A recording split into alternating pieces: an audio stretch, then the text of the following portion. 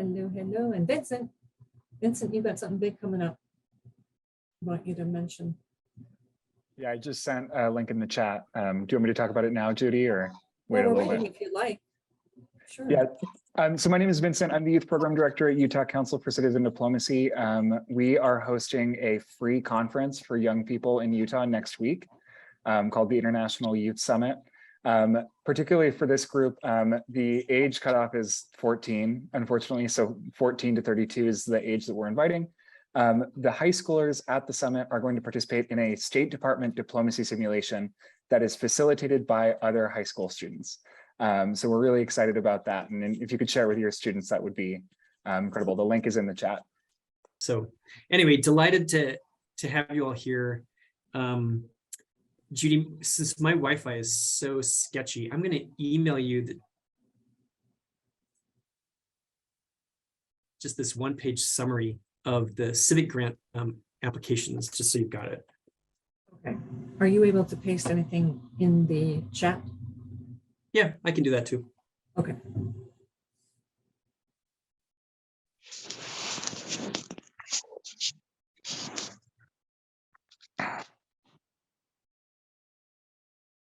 Alden in the house. Scott Lambert in the house. Did I lose you? Anyway, welcome everybody. As Robert sorts out his Wi-Fi, I want to first of all just welcome some new faces that we have with us today. And all can hear me. Okay, yes. We have, I think, Jack Alden, Nancy Hauk, I think is on her way. Hello, Jack. Where are you from, Jack?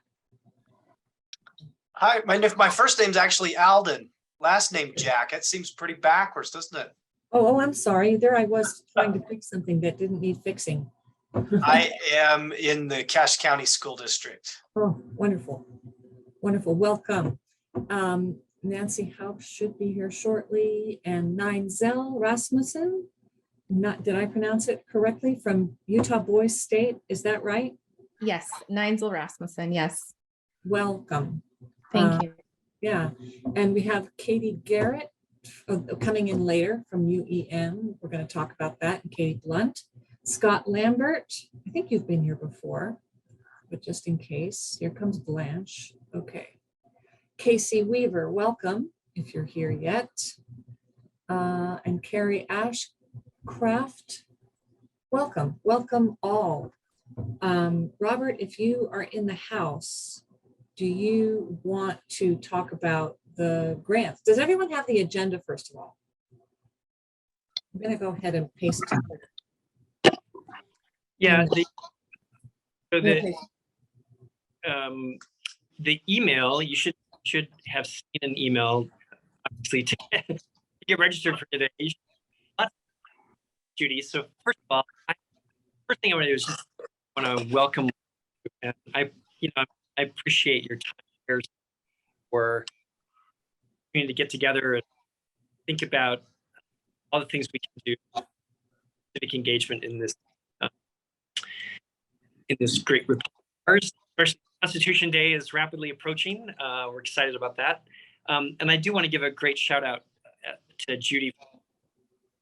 Make sure you're aware of the meeting. All of that. Great. Robert, it's hard to hear you. If you can try to get to a better location. Well, this is about as good as it's going to get. Okay. All right. So, I'm at the State Board of Education, and the internet is being very tricky. So I'm working off my phone. So that's plan B. So you're sounding better now. At least I okay. sound better. That's great. I'll just hold the phone up closer. Right over my shoulder is this old silk embroidery that says E Pluribus Unum, and it's probably from the 1870s, probably right around the centennial of the country. And I think that's pretty poignant when you think about the fact that somebody felt it was really important less than 10 years or around 10 years after the Civil War to remind themselves and everyone who saw it that out of many, we are one. And it's a pretty amazing concept.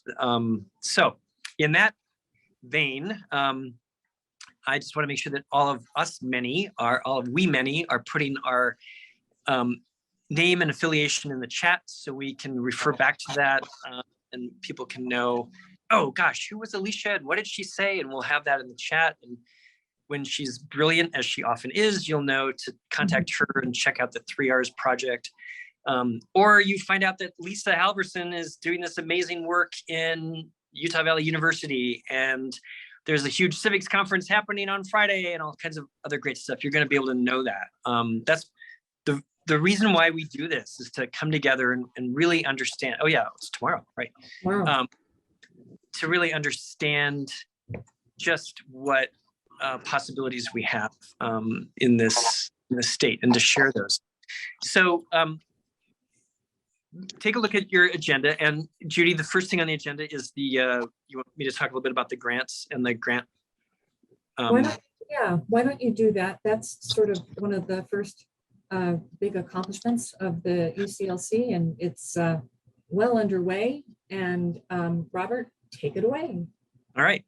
So I'm sorry I can't share the visual, but I will put, we'll send you out the information. But you'll remember that, and some of you may not know, that Representative Dan Johnson championed a bill to provide financial support for innovative civics initiatives across the state. And we had a $1.5 million allocated for that work. And we have met board member Straight, who's on in this group with us, and Stefan, who is with us, and Lisa, who's with us, and other the fellows at UVU helped, and Joanna helped to look at the 33 grant applications that we received. And from those, we felt confident in supporting 10 to start with, ranging from mock trial support and just encouraging more participation in the mock trial program and the vision of seeing how the rule of law works in America, to encouraging more pilot programs with people, which is a very strong and incredibly robust program that law-related education provides.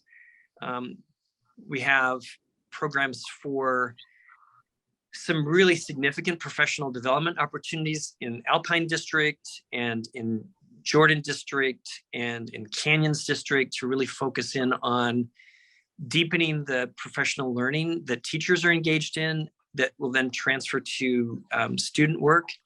And we also have some really innovative ideas of looking at academic service learning in Mount Logan Middle School, with a program that really kind of connects the dots around science and civic learning and recycling and composting and greenhouse work. And so we're excited about these as pilots that we can then learn from and see what needs to be scaled up around the country and around the state. So very excited about that.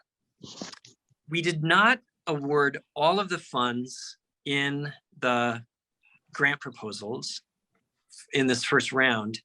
And we will hope to open relatively soon, once we announce and get the funding going for this first round of grants.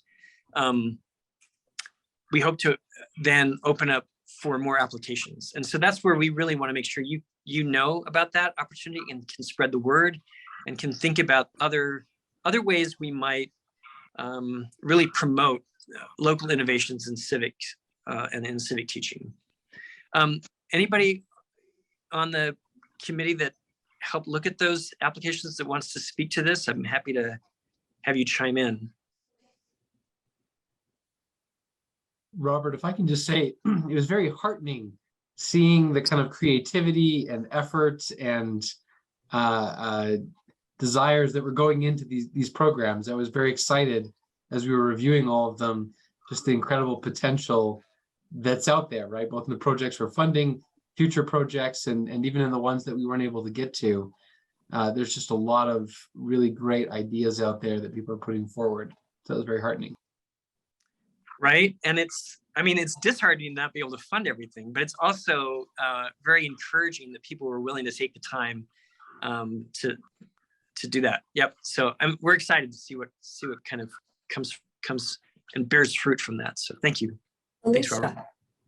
Robert, I just had a follow-up question because you said not all of them were chosen this round. Was that because of funding or because you felt like they didn't meet certain parameters and that you're looking for something else? Yeah, good question. I mean, sort of all of the above. I think that both we couldn't fund everything, and since it's a pilot, there are going to be some programs that, like for example, mock trials. There might have been multiple proposals for mock trials, but we chose to select some of those because we can't fund everything, but also B, we don't necessarily need to fund everything in order to pilot and learn from that, whether that increases the student participation or the student outcomes, for example. But the second piece is sometimes there were some proposals where we're like, you know what, there are other ways to get what you want accomplished without funding it. For example, some people wanted money for pocket constitutions for their students, and there are free resources available through like the Bill of Rights Institute and other ways to get that support. There are people who wanted field trip money to visit the state capitol, and we've actually got other funding sources to be able to do those kinds of things. So, the committee was very thoughtful about the limits to what needed to be funded, and it's always a challenge to make sure that you're providing the best stewardship for tax dollars. So, Robert, Yep.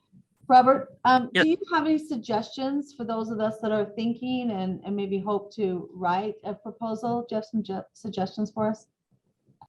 Yeah, and I'm happy to meet with anyone to kind of give some one-on-one feedback or ideas.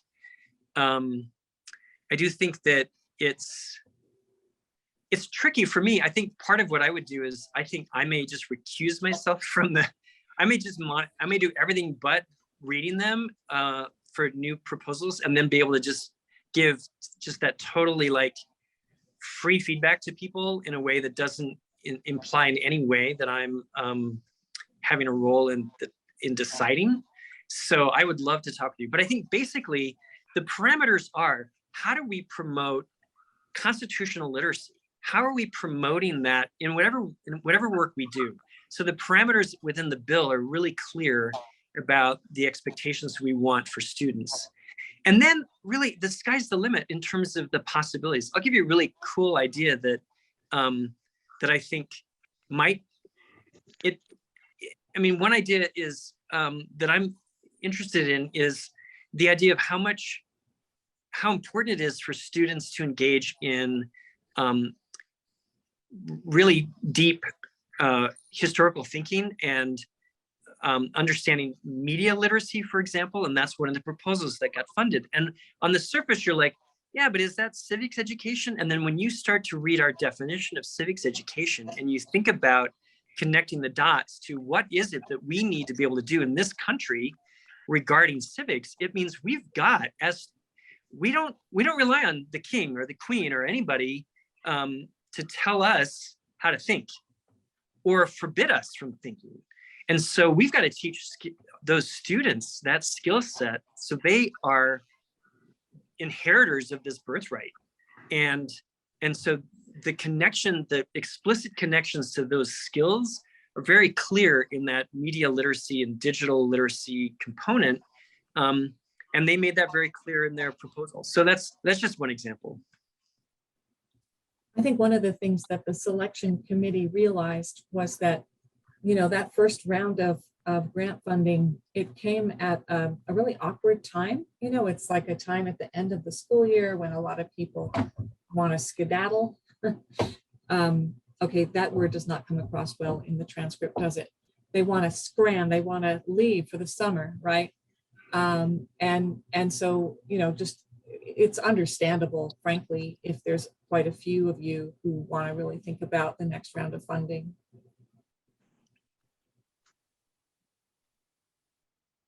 Yeah, other questions or comments? Anyone else want to, before we move on? We've got a I- lot. Yeah, Stefan, please. I was just going to point out from like when we were on the committee looking at stuff, another thing that would help is if we're trying to make innovative changes in civics, this is only a 3-year pilot. That money doesn't continue.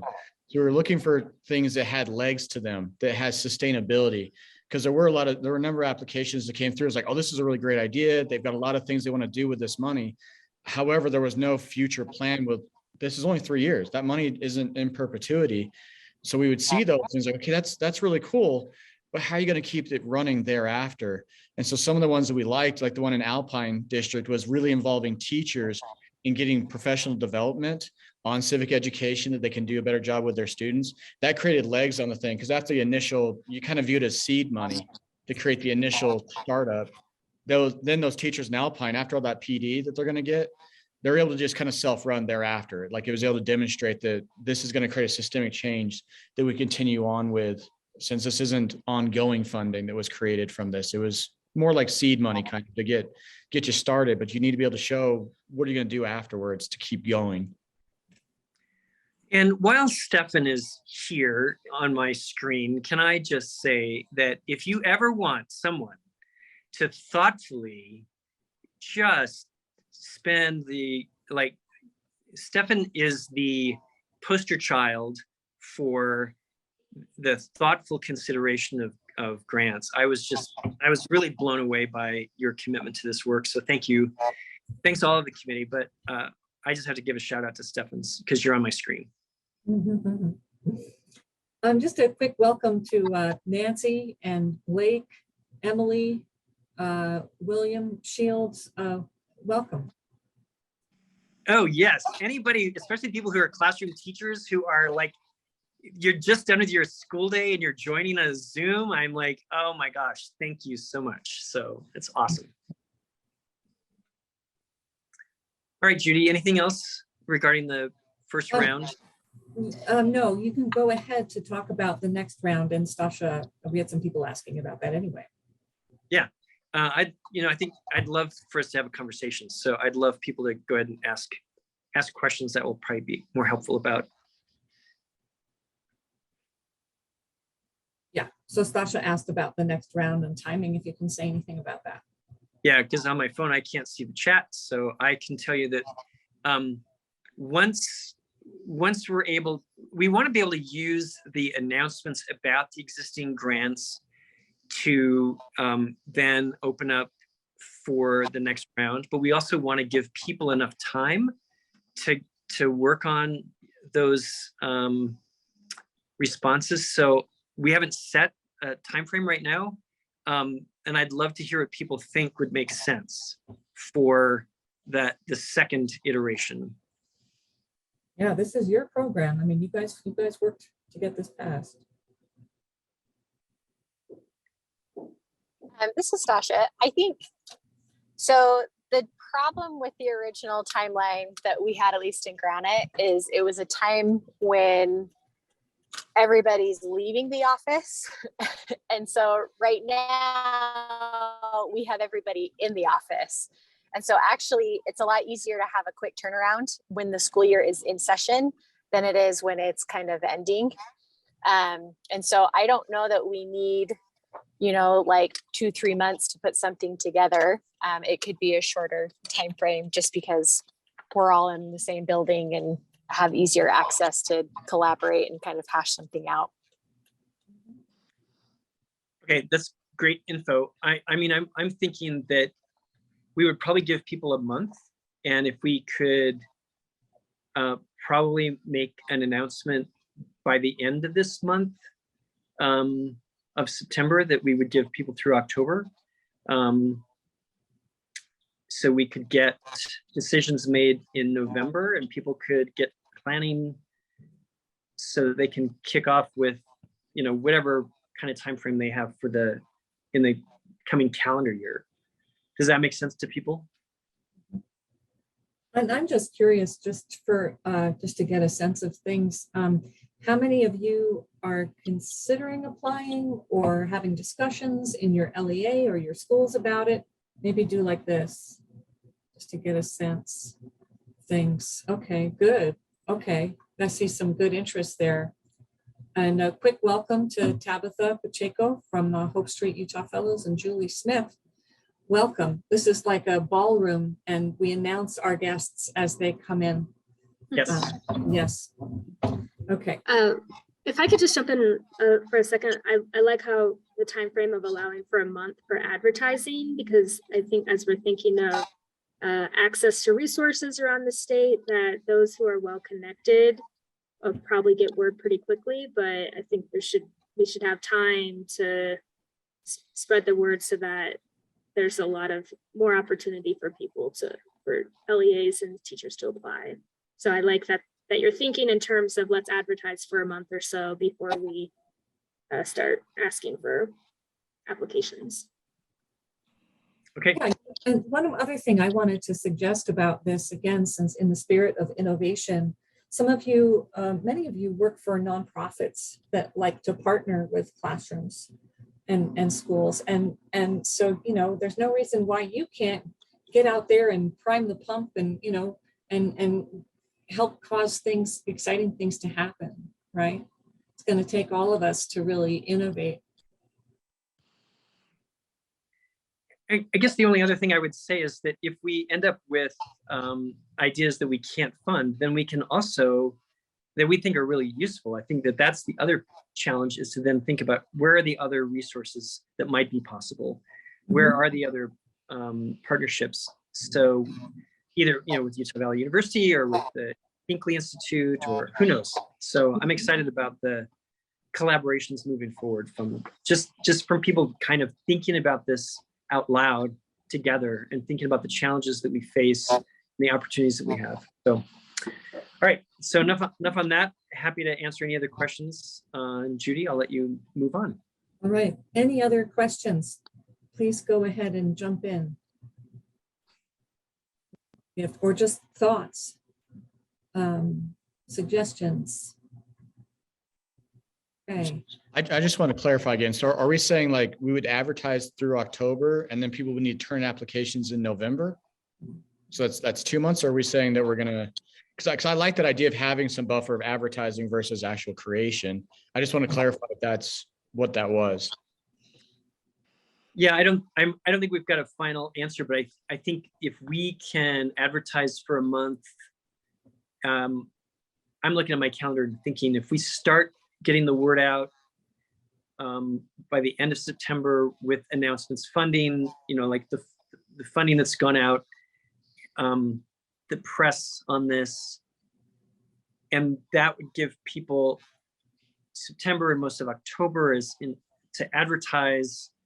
I don't necessarily, the reality is it could be an application that could be due in November. That's fine. The issue is just that the folks who are going to look at applications, trying to figure out when is there a good time to come together and look at those. I hate to kind of ask people to say, okay, spend your holidays looking at these applications. But I'm taking all of this under advisement. The really critical thing to remember is we've never had money to spend. So we're making a lot of this up as we go along in terms of trying to figure out how do we do this and how do we do this in the right way.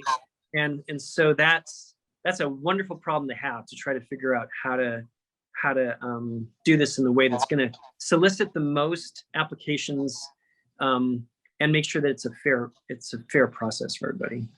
And honestly, if you want to help drum up innovative ideas and get people cogitating and thinking about different things, I imagine, Robert, that the grant announcement for the next round will be similar to that of the first round. Oh, you bet. Yeah, so I just pasted the link to that, and feel free to use that. I know we'll talk about it later, but when we did the listening tours, we kept hearing about incredible ideas, and sometimes teachers are so slammed that they don't think that they could really develop something. And so I, found myself as the cheerleader of this program, I found myself going back to many of them and just saying, hey, you know, you ought to think about this. So you can do that now. Yep. Yeah. So Robert, hey, this is Brian Yazzie. I have a question for you. I'm sorry, I'm working on some other things too and listening. But so the target for this, for these grants, it's open to pretty much any organization, right? Well, the lead has to be an LEA. So it could be, Okay, so now the total- LEA is so local education agency. The school, a school within an LEA could be the LEA. It's defined in the rule as, so it's got to be a school or a district or charter is taking the lead, but they can partner with whoever they find important to partner with. Okay, that was my question, because I've shared my story before when I was running Boys and Girls Clubs in Arizona, that, we had civics education in my clubs, and it went really well. And so I'm just, there is opportunities for after school programs, multicultural programs to be involved, because my clubs were Native American clubs, and civics is a big part of government, tribal government. And that's what we were trying to do, is help kids to be more engaged with their tribes. And so that's kind of my angle with my question. So, okay, thanks. Wonderful, thank you. I appreciated Brian's comment with that because, as you know, Doug and I are both involved with Utah Boys State, and we have 17-year-olds that are part of that civic engagement process. And so that's the question, is if you're partnered with an LEA, how would that work? Right, so that's a great question, Neinzel. I'm trying to get the pronunciation. That's fine. Yeah. So if the LEA is the writer and the thinker on that, here's what they may do. I mean, I'm just throwing out an idea. Brainstorming would be something where it's like, okay, we know a lot of students participate in Boys State or Girls State. Here's what we want to do. We want to think about, how do we extend that opportunity with all of our students in our LEA that actually attend Boys and Girls State? How could we enrich that experience, or take what they've learned and, just take it even to the next step or the next step? I'm just throwing that idea out. It's something that they would then, so it would be like a partnering with you, and yet still focusing in. Now, it's also possible that they could be focused in on multiple LEAs that could work as a cohort, working with you as a partner. So what you're saying is if we had multiple, just so I'm clear, if you had multiple LEAs who are willing to partner with, I'll use Boys State because I work with Doug on Boys State. Yeah. If we had multiple LEAs that were willing to do that as a cohort, that certainly could be something that's considered on a statewide basis. Correct. Yep. Okay, perfect. Thank you. Robert, Robert, you have a point in the chat from Julie. I think it's Julie Smith. Julie, if you want to raise it, or I can read it. Julie writes, go ahead. I'm sorry, I was muted. I'm sorry, I was late. I can't leave till 3:10 and then have to get home, and it's a little crazy. So looking at the last round of grant applications, I found the grant application to be a little bit incomplete. I was still not quite sure what the purpose was, or who it was being presented for, or what exactly was being looked for. Like, we're looking for grants that are $5,000 to $20,000, or are we looking for huge overhauls, or what are we looking for? So I think some more information about what the parameters, kind of like a rubric, if you will, of what the judging criteria are. I think that would really help people. Great, thanks, Julie. That's great feedback, and we definitely will.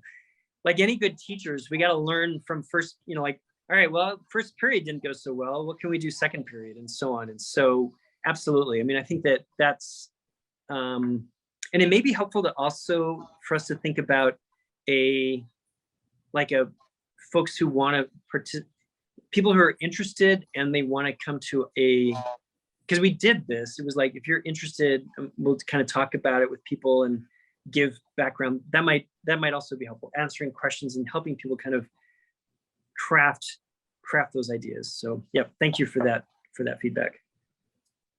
All right, well, I think without further ado, unless there's a very, Hang on. Yes, I got one more comment, Judy. Sorry. Go This ahead, is and just then one we'll other idea to throw out there.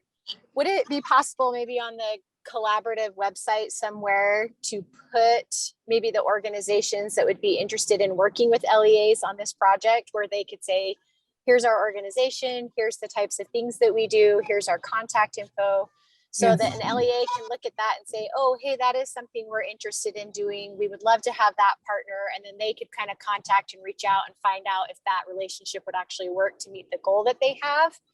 Just so that there's kind of a place for LEAs to make those connections with those different organizations. Yes, and we're going to be talking about that very suggestion later on in our agenda, but yeah. And then we are working on that. In fact, I keep running into more groups that are ready to partner with schools. The Great Salt Lake Collaborative, wasteless solutions, where kids can work on getting rid of waste in the cafeteria. I mean, I keep finding them. So we're going to put them all together very soon. And Elaine, you had a quick something? Yeah, I kind of want to say, to piggyback on what Stasha was talking about, we did get funded and we're doing a 3-year academy. And part of what we're doing is also we want to partner with some community groups, you know, to give students ideas of things that they can do within their own communities. And so what Stasha was talking about, we would also love to have some sort of list or ideas of people who would like to partner with Alpine School District, you know, but we're willing to, we actually start our first meeting next week. But one of the things we want to do, it's a full day where we actually want to visit, take our teachers out to visit community groups where they can get different ideas. We're also partnering with Bill of Rights Institute and their My Impact Challenge. And so for me personally, and what Stasha was saying, I would love that kind of thing. So I know who to contact in our communities to maybe get our teachers more exposed to other places we can partner with. So yeah, we're making a major update to our directory of nonprofits that are prepared to partner with classrooms. But for now, you will find on the Place for All website, so placeforall.utah.org/resource-list, you go down to academic service learning and you'll see a list of Utah nonprofits that are prepared to partner, and it's incomplete. But there are so many nonprofits that are forming that are really kind of oriented to doing exactly these things. So we're making a major update to that list, but for right now, you'll see a lot of really compelling options there. But I think that it raises also the good point for all of us is that this is a collaborative.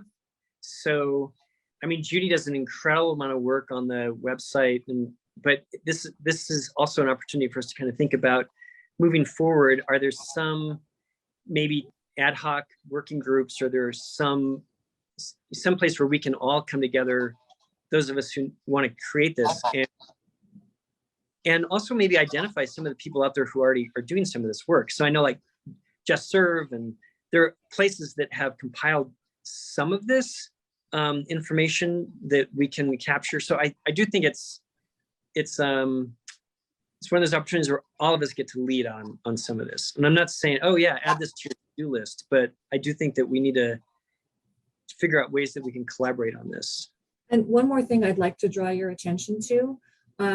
We did a recent blog featuring Brittany Powell, who is an amazing principal at, what's the name of the school, Brittany? Yes, Salt Lake Center for Science Education. It's a public charter school tied to Salt Lake City School District. Yeah, so Brittany, though she's a principal now, she's done unbelievable work on academic service learning. And so we have a feature about her on that. And then Brittany sent me a list of resources that she uses to develop her partnerships. So those are examples of things that will go into the updated resource list. Thank you, Brittany. If you want to paste any of that right here in the chat, why, go right ahead. All right, we are running behind as usual. So if we can move on, that would be great. Okay, there'll be other opportunity to bring up the grants, don't worry. All right, let's move on. Does everyone has the agenda? Okay. All right, so now for the primary topic for today. Some of you may have noticed that we finished the big listening tour report. It took longer than we would like, but oh my goodness, we learned so much from the teachers, and so many different needs were identified, what they need to be able to go deeper in civic teaching and learning. They need a lot. We also learned about some really exciting practices going on in Utah classrooms and LEAs. In fact, we used a lot of the input from the listening tour to do this sort of in-reach, right? To reach out to schools and LEAs and say, hey, you had a teacher mention such and such, please encourage her or him to apply. And so a lot of grant applications came through that way. So that's good. What we want to do today is just a deep dive into some of the major findings, key findings from the report. And we want to do something new where we kind of all get to comment on different findings, you know, as I go through them. One of the things that we are really fortunate to have is just incredible minds and experts here at the table, here in this Zoom room with us right now. And so we really want to, you know, generate ideas from you all about things that we can do with these very hefty needs that were identified and recommendations. So let us go to our group worksheet for that. And here it is. And if I think it's okay, Robert, do you think it's okay if I share it and everyone is in edit mode, or should everyone be in comment mode? Oh, On what piece? well, I'll just do comment mode for now and we'll see how it goes. Okay, done. Copy link. All right, here's the link. And as we walk through, please open that. Thank you. I see you guys going in there. All these anonymous animals. Someone will tell me why we have to be anonymous animals. Okay. There you go. These were some of our major findings, and we want to discuss them and get ideas from you. And you can bring them up in discussion right here, right now, or you can type any ideas that occur to you. And if, you know, I think we all love each other. And so, you know, let's just feel free to think out loud, right? And don't worry about typos. We love typos, okay? All right, so let's begin. And, you know, you can type as we go, or just raise your hand, or just start speaking when anything occurs to you. These were the key findings. Well, From, and yeah. can I clarify? I want to make sure, does everybody have access to the report? If you don't, can somebody put the link in the chat? Sure. And then, yeah, I mean, Judy's done, first of all, it's so visually pretty, even if some of the findings are a bummer. And some of the challenges that people face are real. We know that the struggle is real, but anyway, with that being said, Judy bears all the accolades for digesting all of this information from our over 400 teachers. We do want to really thank all the people who helped make those listening tours happen. So, all right, so I'll be quiet now. All right, thank you. So let's begin. The second link that I gave you was the actual report. It's rather lengthy, but you can, you know, read it at your leisure. You can, you know, print it out and whatever you want to do. Okay, so let's just kind of dig in. And let's just start with the first major finding I would like us to discuss together.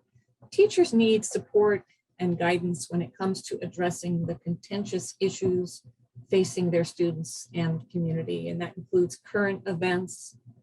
It includes hard history. You've heard that term before. You know, that is part of their job. A teacher's job is to have discussions about current events, or if a student brings up an issue that matters to them, they should be able to have a civil discussion about that issue. So let's just talk about that. And here's the part to brainstorm. Anyone want to comment on that? Go ahead and type in there, or speak up about that whole bucket of challenges, because it's big.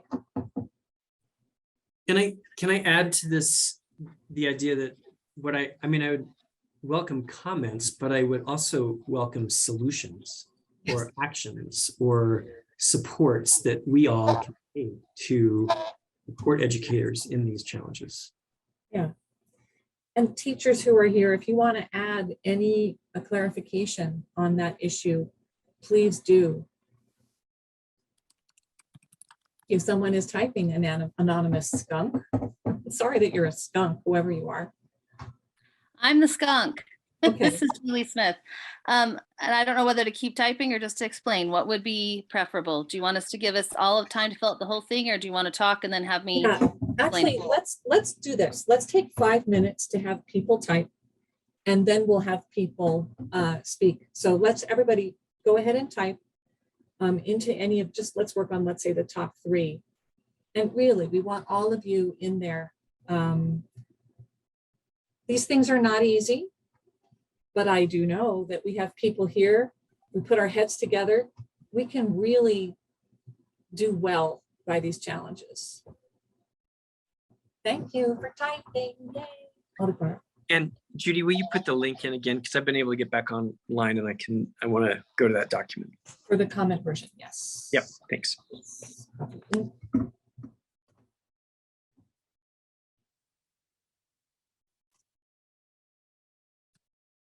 Oh.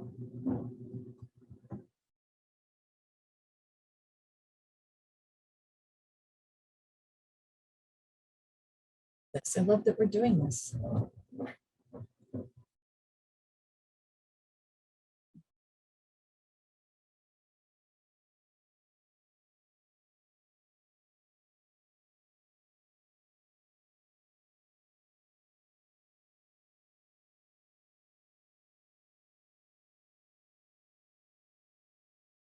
Any of them that you want to comment on, go ahead.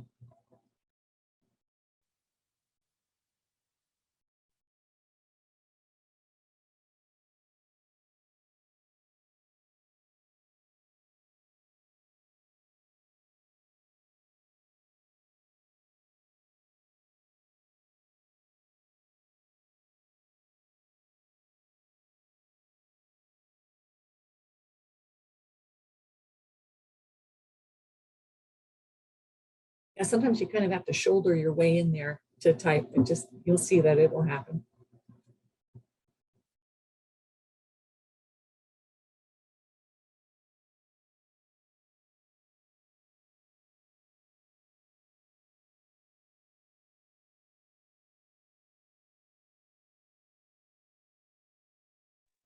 Judy and I know that there are other ways to do this, like through Nearpod. We'll learn how to do that in the future. I believe you want me to learn another bit of software.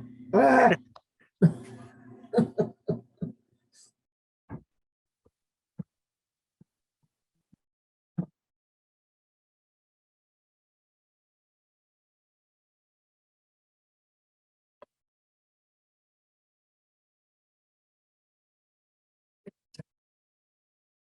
Say 5 more minutes, but you can always continue typing.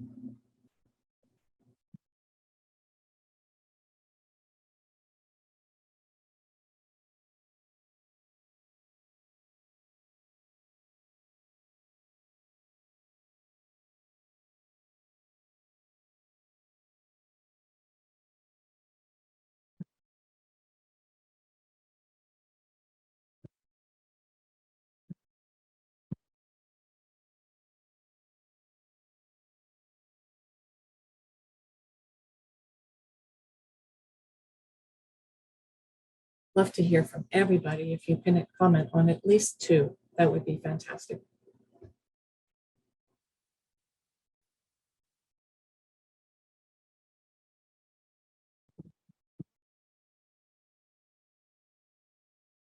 Thank you, Joanna, for clarifying about the elementary standards. We wanted you to speak to that anyway.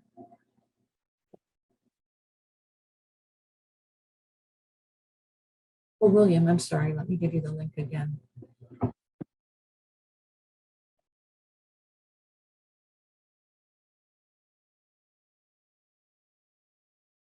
Go, William, I think that was you.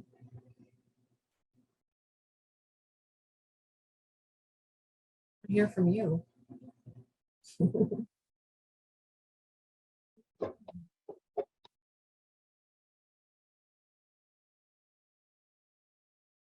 All of y'all.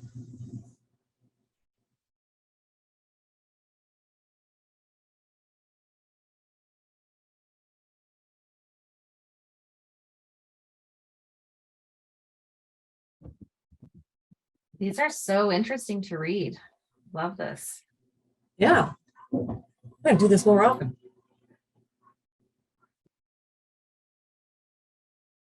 Well, just hold off on those recommendations. We're gonna talk about those, unless you can't stop yourself. That's okay.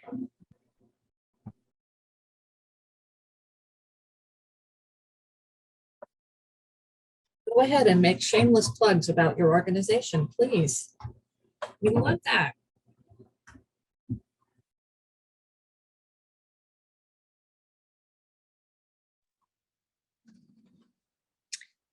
Well, I can say that I shamelessly plugged Boise State in as one of the possible responses to this kind of work. I think, I mean, and this is where we really need to think about how do we leverage the work that all of you are doing and help people understand what's possible.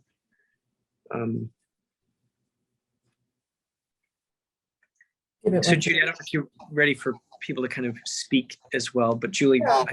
I think, yeah, we're getting some really good stuff, and just thank you for jumping in. This is amazing. Now, Julie, let's come back to your point, or anyone who wants to share out any point that they've made so we can discuss. Let's have at it. Okay, are we talking about the first one then? Yeah, whichever. Just okay. Reference the one that you want to talk about. Yeah. Well, I kind of talked about a lot of the different things as I went and typed through all of them. I think the real problem that we have is that our standards are written, at least on the secondary junior high US History 1, which is what I teach, very content based rather than skill based, and civic learning is a skill. And so it's difficult to focus so much on content when the skills that are needed for civic learning can also be utilized within the content that we teach, but it's not written that way. And there's no kind of guide for teachers to do that. So I guess I'm saying that we need to have a skill-based curriculum that is scaffolded between elementary all the way through high school, and that lends itself to discussing curriculum as well as civics, so they get the practice with learning how to do that with each level of each part of content, so that when we hit the civics, real life, current events, all that type of stuff, they have already practiced and are familiar with those skills, and they transfer over. We need transference. And there needs to be a program to do that. Okay. So Julie, I will challenge you to kind of think about how do we do that? Okay. Well, so actually, I mean, we don't have time for an answer right now, but what I want you to think about is how might we in the Civic Learning Collaborative help make that happen? What supports do you need as teachers? How can you collaborate with other teachers? Like I'm looking at William thinking about, well, he teaches 8th grade US history, or at least has that middle school experience. So there's some real opportunities. So just think about that as all right, now how do we isolate and think about that skill set and develop those skills? So love that. I have a very short answer. Yeah. I applied for a grant this summer and it wasn't accepted, and this is everything that it did. Awesome. All right. Anyone else want to share some of what they've written here, or get feedback on it? Go ahead, Robert Burton. I just wanted to, as a social scientist, it's always great when you can have multiple data points that lead to the same conclusions, right? That reinforces this. And so I just wanted to point out that in the Civic Thought and Leadership Initiative here in the Center for Constitutional Studies at UVU, we also did a survey of 500 plus social studies teachers, and we found the exact same conclusions here. The dearth of resources, the need for unbiased sources, resources, and help addressing controversial issues, misaligned incentives when it comes to testing, all these kinds of things are the same message. So in some ways that maybe we should have talked earlier about but I think that gives us two good data points in two different approaches, right? A listening tour versus a survey that are telling us the same needs. And so it just doubles down again on the importance of addressing these, which obviously we're trying to do with conferences and resources and those kinds of things. Yeah. And we're looking for potential collaboration on these issues. Wonderful. Yeah. And you know, I think it doesn't hurt, although maybe we should not do listening tours for a while. But to see a lot of echoing between the UCLC and UVU, I think is helpful. These findings are sort of unmistakable. Anyone else want to share out any thoughts that they've had about any of these findings or challenges?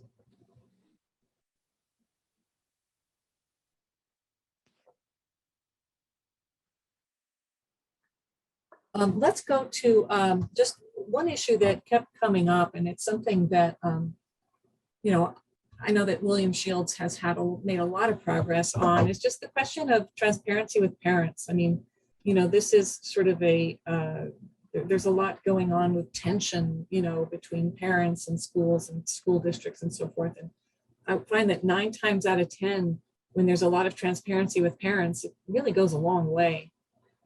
So any ideas, and William, maybe you could kind of lead out with, you know, ways that we can empower teachers to have that transparency and really open the door, if not for any other reason than to have some of the learning really continue at the dinner table.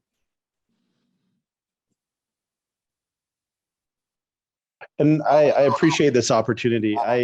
It's something that I'm very passionate about, but I also know that I kind of walk a razor's thin edge of encouraging one more thing. And so I've been actually giving a deep amount of thought into discussing this as to already existing best practices and incorporating them into our daily or even our weekly practices.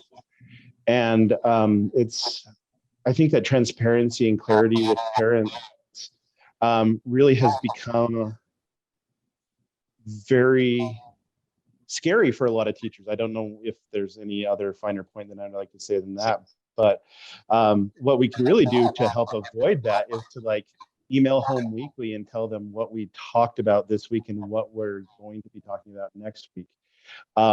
Encouraging that conversation, as you mentioned, Judy, to go home.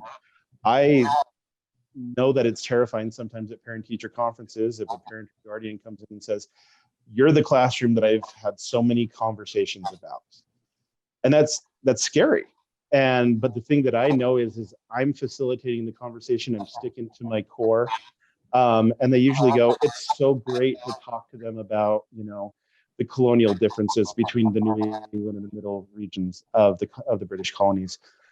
I love the communication with parents and the little things like being very clear on our disclosures to weekly emails home, to really facilitating open dialogue through emails has gone miles upon miles, and really allows for even more authentic conversations to happen within our classrooms. Mm-hmm.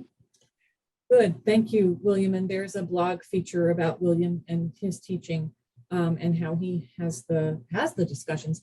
Speaking of how to have the discussions in the classroom, Elaine Grant, I think it's you who brought up a need for training. Do you want to elaborate on that, Elaine? Hello. Yeah.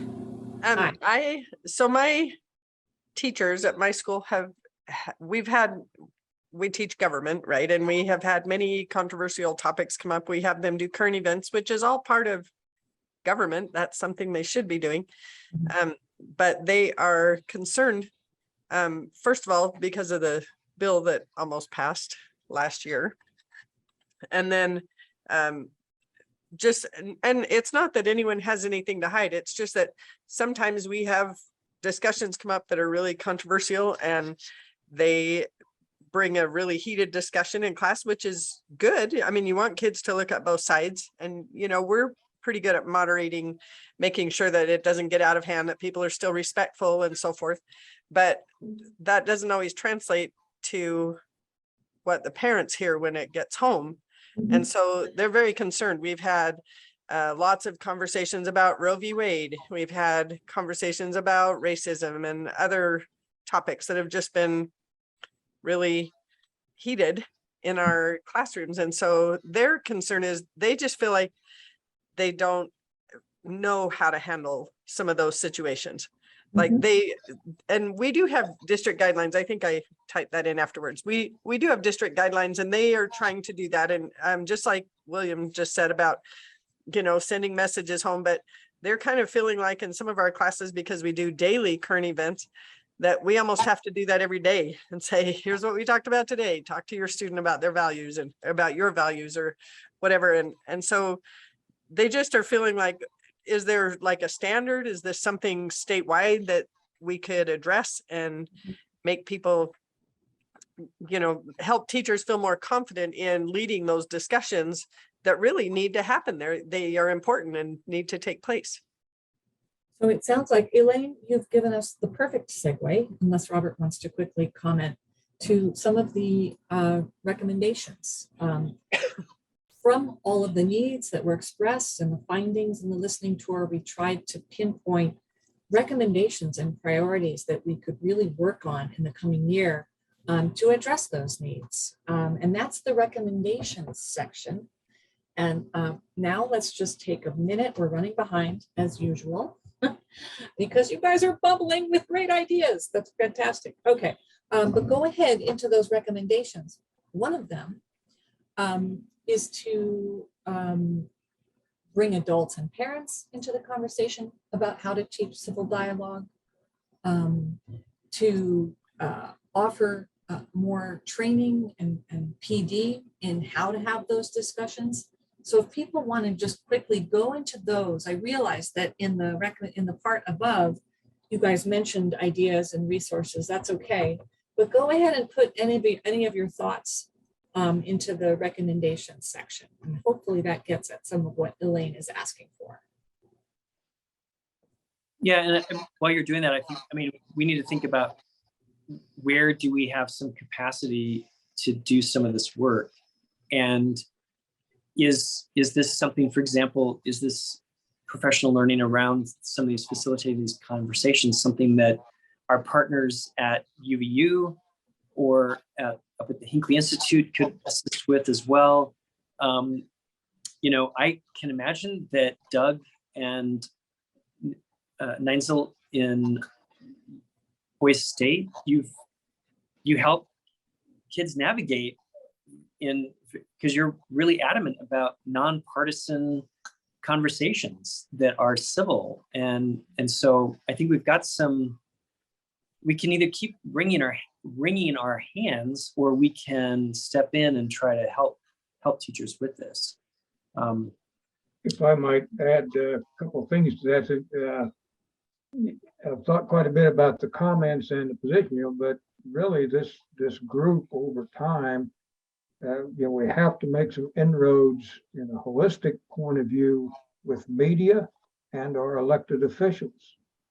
Because what we do at Boise State, we have some serious discussions, but it's always, where do you get your information? Is your Uncle Larry telling you this over turkey dinner?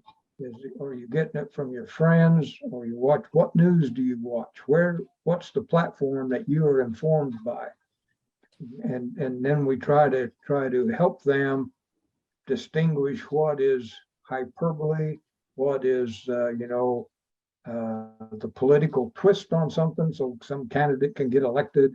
Who's trying to, what's the motivation or the agenda behind the story?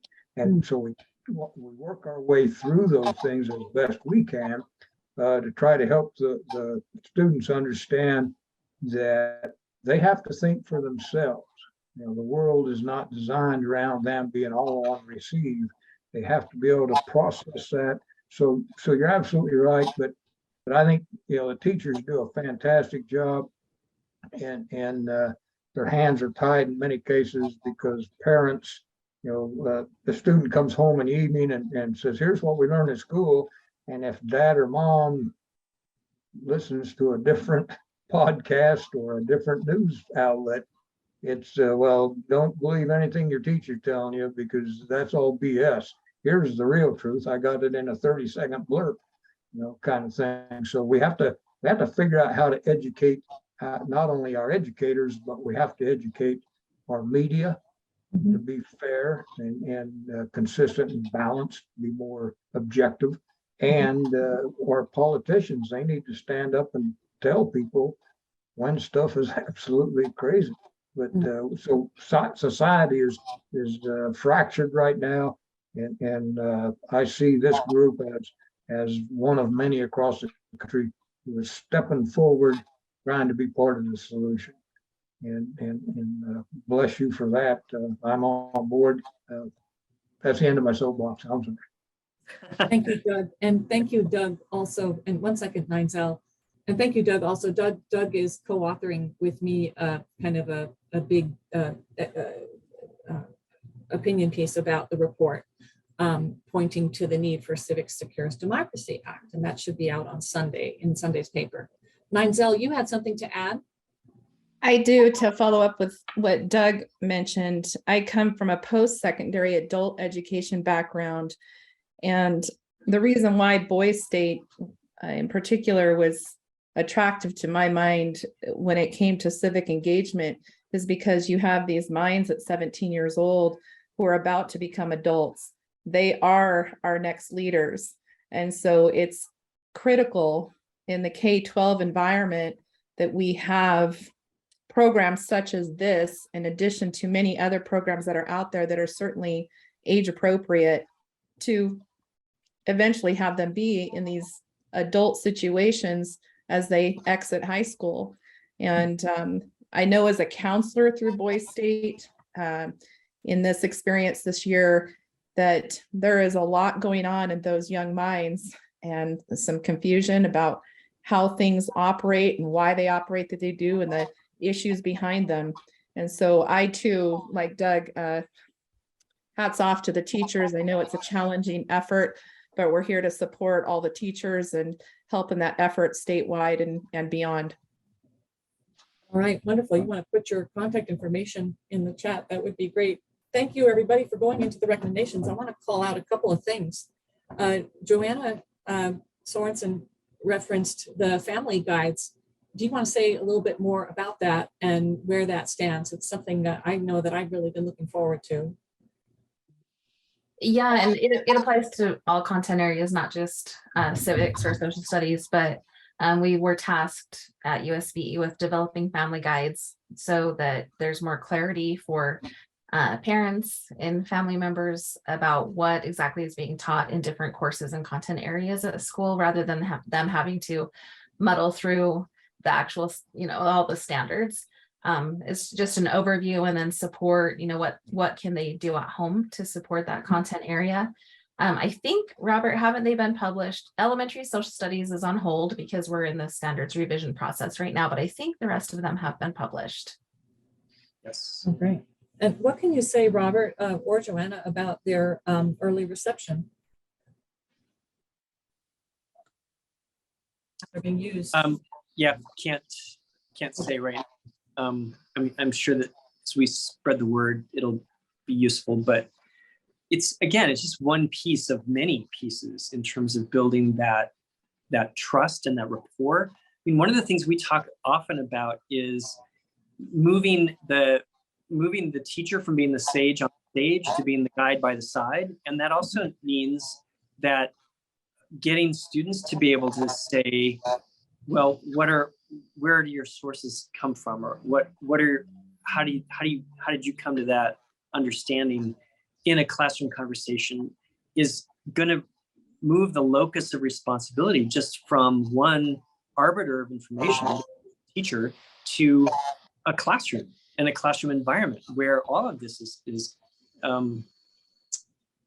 discussed. So anyway, I'm excited about the parent guides is one thing, and Judy, I know that Blanche has her hand up. Yeah, Blanche, without further ado. Oh, wait, you're muted. But yeah, you gotta unmute yourself, Blanche. But great to see you. And Blanche, There you great. go. Okay, can you hear me now? Yes. I am here representing Freedom's Foundation and listening to Nigel, who I'm so happy to see.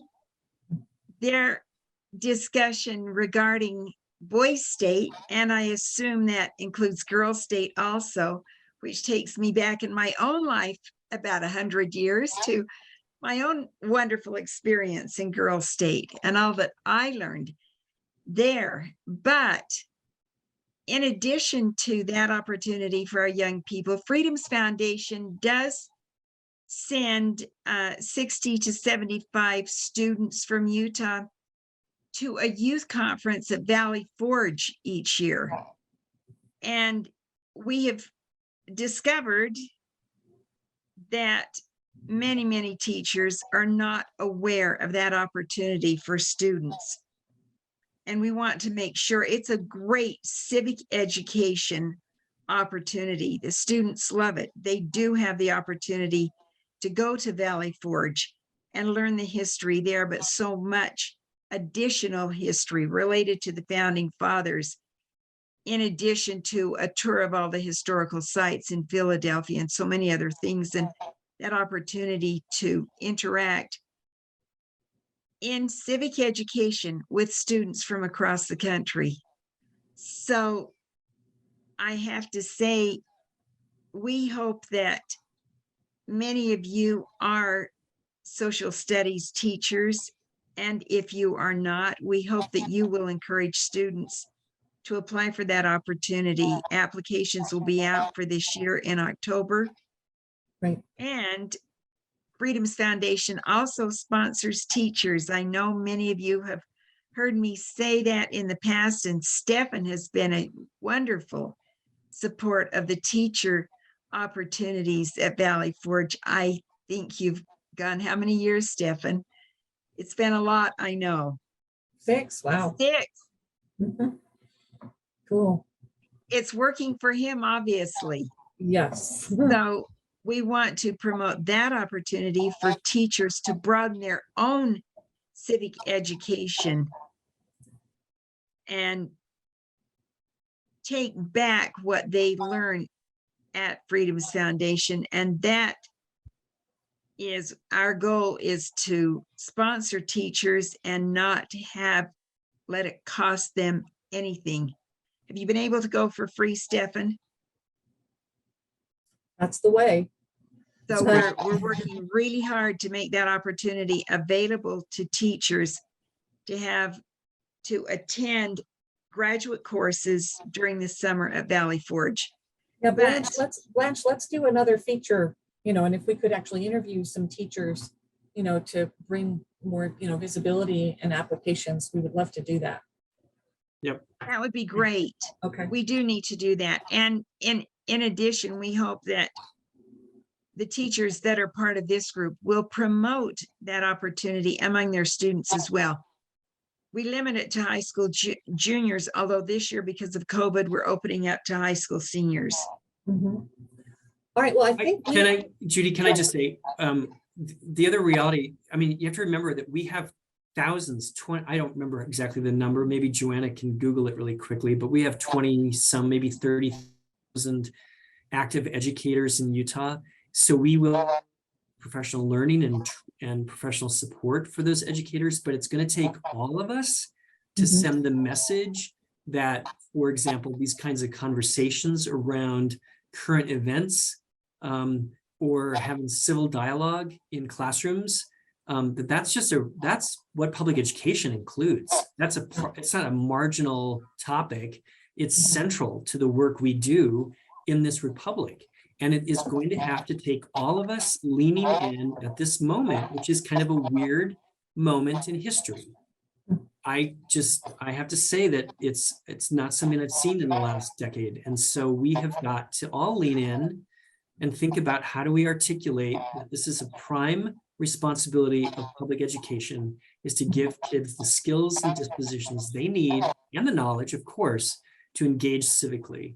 So that's my soapbox. So thank you, everybody, for writing some really interesting stuff into the recommendations. And we're going to, give kind of an opportunity later on to try to prioritize those a little bit better. One of the recommendations, this now gives us a perfect segue. One of the recommendations has to do with doing a better job of curating all of the resources that are out there. We're joined by Katie Blunt from UEN, and I'll let her describe what that is and what she does in just a minute. But there is something very exciting, and I don't know if you guys know that this Saturday is Constitution Day. And so we are very excited to celebrate. See, Alicia's doing the appropriate cheer, which I'm learning is kind of like this, so that's good. There's a lot to celebrate, obviously, but there's also just lots of work to do, because this is a time when resources for teaching civics and the Constitution and media literacy, they are flying out faster than we can curate them. And so Katie, do you want to describe what you're doing and we're trying to help with the eMedia Constitution Hub? I think I made you a co-host. So yeah, I think you did. So it should be set. Okay. Well, good. Thank you. Yeah. So as Judy mentioned, I am with the Utah Education Network. My role there is part of the professional development team. So I am a trainer there, and I am also the product manager over eMedia. So I thought I'd tell you really quickly the overview of what eMedia is, in case that's new to you, and then share the Constitution Hub that we have been working on. I've been working with Robert and Judy and Joanne, and then we got some feedback from some other people as well to build this hub. So I'm going to share my screen and show you the eMedia website. So the basic website, and I can add this to the chat, is eMedia.uen.org. And it is a digital library of teaching resources. And so resources can include anything from videos, which if you've been around for a while, that's what you know it for, but also lesson plans, activities, labs, web resources, images, anything that can help a teacher teach can be curated here in eMedia. And for the most part, these resources are what we refer to as OER, which is open educational resources. But we also do have some licensed resources that UEN has paid for the state, and then Utah educators can also contribute. But whatever the resource, everything on the site is free for Utah educators. So I'll briefly mention there is a login for educators to be able to access everything. I won't get into the details of that now, but let me know if you need help with that part of it. And then the public can also access the open level of resources. Oh, good, Mindy. Yeah, we have a great science hub in there as well. So if you navigate in eMedia to the Hubs tab up here at the top, you can see there are some featured hubs, and I did make our Constitution Hub featured, yay. But we can also click on See All Hubs, and that's going to make me sign in. It makes you sign in every hour, which for me is all day long. I'm logging into eMedia, but anyway, give me one moment. There we go. All right, so if we go to see all hubs, you can see a listing of all the hubs, including some of the other hubs we've worked with the state office on building. And here is our brand new United States Constitution hub. The idea with a hub is that it is essentially a website, or really a web page that is focused around a specific content area or specific initiative. In this case, of course, the Constitution. But the reason that it is different from just a regular web page is that it houses collections of resources found in eMedia that have to do with this topic. And that's really what makes it even more valuable for teachers. So I'm going to give you a brief tour of the hub, then we'll see if you have any questions for me. So the hub, of course, starts with our little introduction, and there are direct links to all of the sections within the hub. And then there's just a little introduction that explains what the hub is all about. So when you share the link with someone, they have an idea of what they're getting into and what the purpose of the hub is. And then as we continue scrolling down, we've added this introduction section.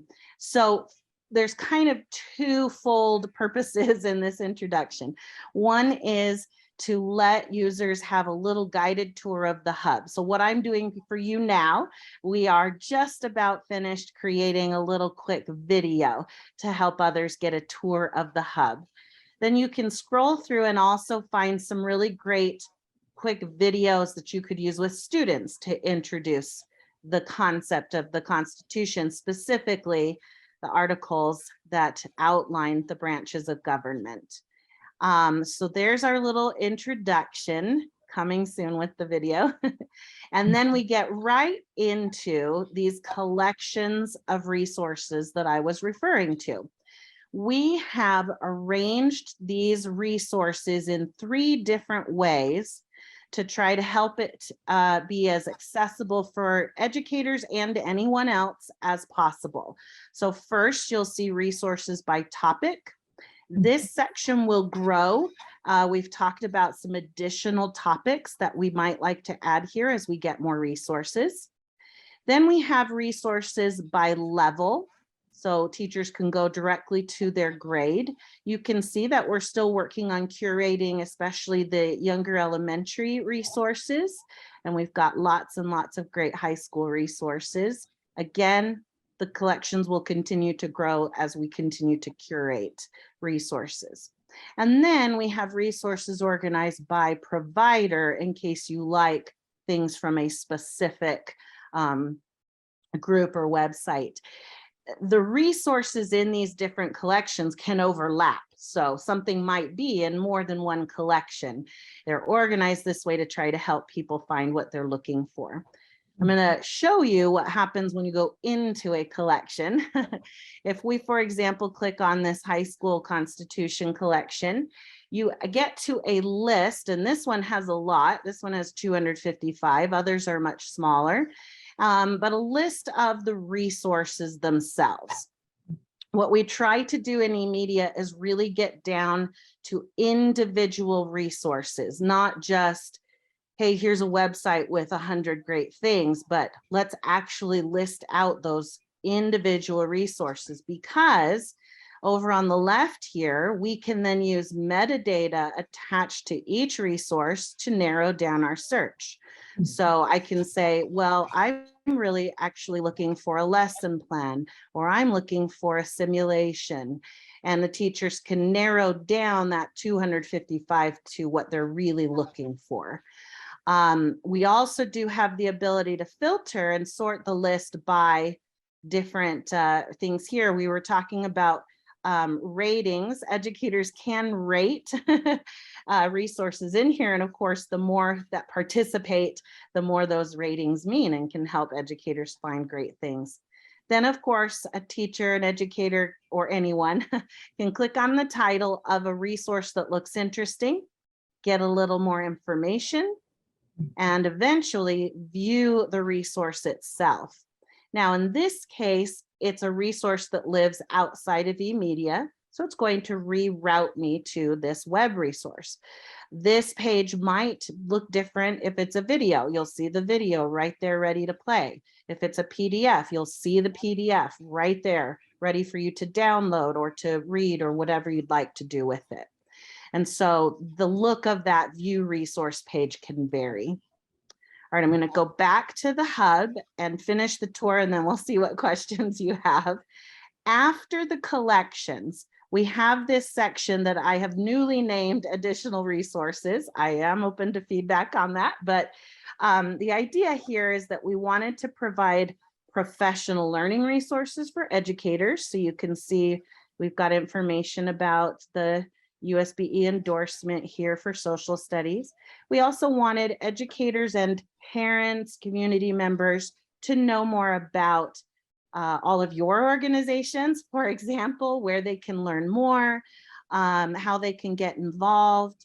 And then this section is a little bit of a work in progress. We're probably going to change the look a bit, but the idea is that it's almost a bibliography of a lot of the websites where we have gathered the resources from. And so right now they're just links out, but we have gotten feedback to add some descriptions and things. So the look will change just a bit, but we'll still have all these nice resources here. I'll emphasize again, the key to it being in eMedia is these great collections, those individual resources that are searchable for teachers by keyword, by topic, by media style. Eventually, they will all also be aligned to Utah core standards. That takes some work, but that is the ultimate goal. And then, you know, some other great resources for educators, for parents, for the community. So there's my whirlwind tour, but I'd love to know what questions you have. If Robert, Joanna, Judy want to make any comments, let's hear it. All right, let's start with any burning questions right out of the gate. You can raise your hand or you can speak right up. My main question is, I missed if you have to have an educator sign in or anybody can create an account. Yeah, let me explain that a little more than I did. So anyone can access the hub. It is not password protected, but some of the resources in the hub are password protected. That depends on the licensing of the individual resource. So anyone can come here without logging in and see all of the openly licensed things. But if there's a different license, then they do need an educator login. And that it's the same as their My UEN login, if they're familiar with that. And they do have to have an educator email to be able to log in. And then there, you know, I won't go into all the details of eMedia, but there are ways to create, to save your favorite resources, to comment, to rate. Those do require the educator login. Okay, great question. Any other questions or thoughts about this? I've been so excited to see this unfold. You know, it really makes sense for you guys to really be this hub. And it's just been great to try to contribute. Anyone else have questions about it? I just want to say it's a great resource for Constitution Day, which teachers have to teach sometime in September. Yeah, good. Well, and I like what Judy said, you know, we've been really working hard at eMedia has been around for a while, but part of the effort is to make sure educators know about it and contribute and give feedback, because that's what really makes it great, is when everybody can join in and become part of the eMedia community. And that's the vision, is that this can become a one-stop shop for these kinds of resources, because there are web pages all over the place, but how can we really bring it all together in one place and make it really accessible and searchable? You know, Katie, one of the reasons it makes so much sense that we come to this collaborative is because, for example, we had this creating something like this as one of our priorities this year, just because we kept seeing that there were so many resources that they needed to be curated, that there had to be some central way of dealing with them. And you just did a fantastic job, far better than mine would have looked like had I been designing it. So this is just really, really great. Quick question. Yeah. Would you say that most of the resources that you're drawing on, and I saw some of the titles, but look like nationally produced rather than state produced? Would that be fair to say? So far, I would So say far. so. Yeah. If you look at some of our other hubs, somebody mentioned our science seed hub, we have the mathematics hub. Those actually currently are mostly state resources. Oh, interesting. Yeah. But this one happens to be mostly national resources. Which is at where the most of the moment. resources are right now. Yeah, Yeah. right, right. That said, Judy has been helping to get some that at least she has really gone through. And then Robert and Joanna and I will be meeting very soon about the overall social studies hub. And I think that's really when we're going to see the influx of Utah resources. And I think that, and then the plan is summer of 2023 to then really dig in and align, whether it's national or state, align to Utah state standards. And that's going to be a huge addition here to what we've got going. So this is likely preaching to the choir. In fact, I know it's preaching to the choir, but one of the things that we've been told is, again and again, resources, you can't just give us a bucket of resources. It has to be applicable, and it has to be something that we can tie to a standard or a particular lesson. So this is fantastic. Great work. I noticed a question about can the Boys State resources be listed? Yes, absolutely. And that's another reason that I'm talking to all of you is we know you have resources. Yes, we would love to have you be a provider. Yay. And so, I mean, essentially I'm the librarian in this case, right? I'm just curating things that are being handed to me. You all are the specialists, you're members of these groups. So please do send your resources. And I would say probably the way to go right now is to send them along to Robert and Joanna. They can continue to work with me on curating those. You can, of course, also copy me and make sure that I know about the resources as well. I'm going to put my email in the chat. It is kblunt@uen.org. If you happen to email Katie@uen.org, she's my partner in eMedia. So, you get the two Katies can help you out. But I think it's also great to include Robert and Joanna, and we can sift through and get your resources organized. Wonderful. Any other questions or thoughts for Katie? I have one. And that is, we think about the civics education promising practices. We think about being able to discuss current events and controversial topics and have civil dialogue. We think about academic service learning, which we're about to talk about. We think about simulations programs and so forth. Do you see this hub evolving to sort of have those kinds of buckets? Yeah, I mean, really, we can make the hub whatever we want it to be. There are some restrictions in kind of the layout and things like that, but you can see that, we've already got the ability to put in sort of slideshows and videos if we want to present things that way. We have, and then anything that has a URL or that we could directly upload could be added to collections as well. Did I answer your question or did I miss part of it? Yeah, no, I think you got it. And I'm all for one-stop shops. And so if this could be that kind of one-stop shop so that we're not, loading things up to a website that's really static, that's my mentality, right?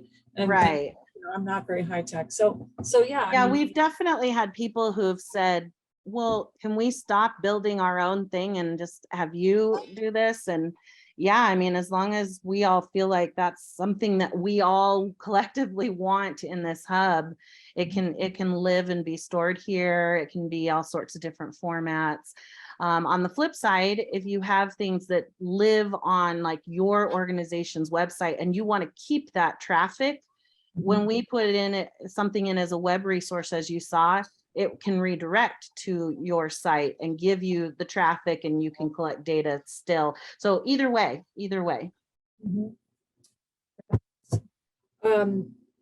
Wonderful, Katie. Any other quick questions for Katie? Because then I think we need to move on.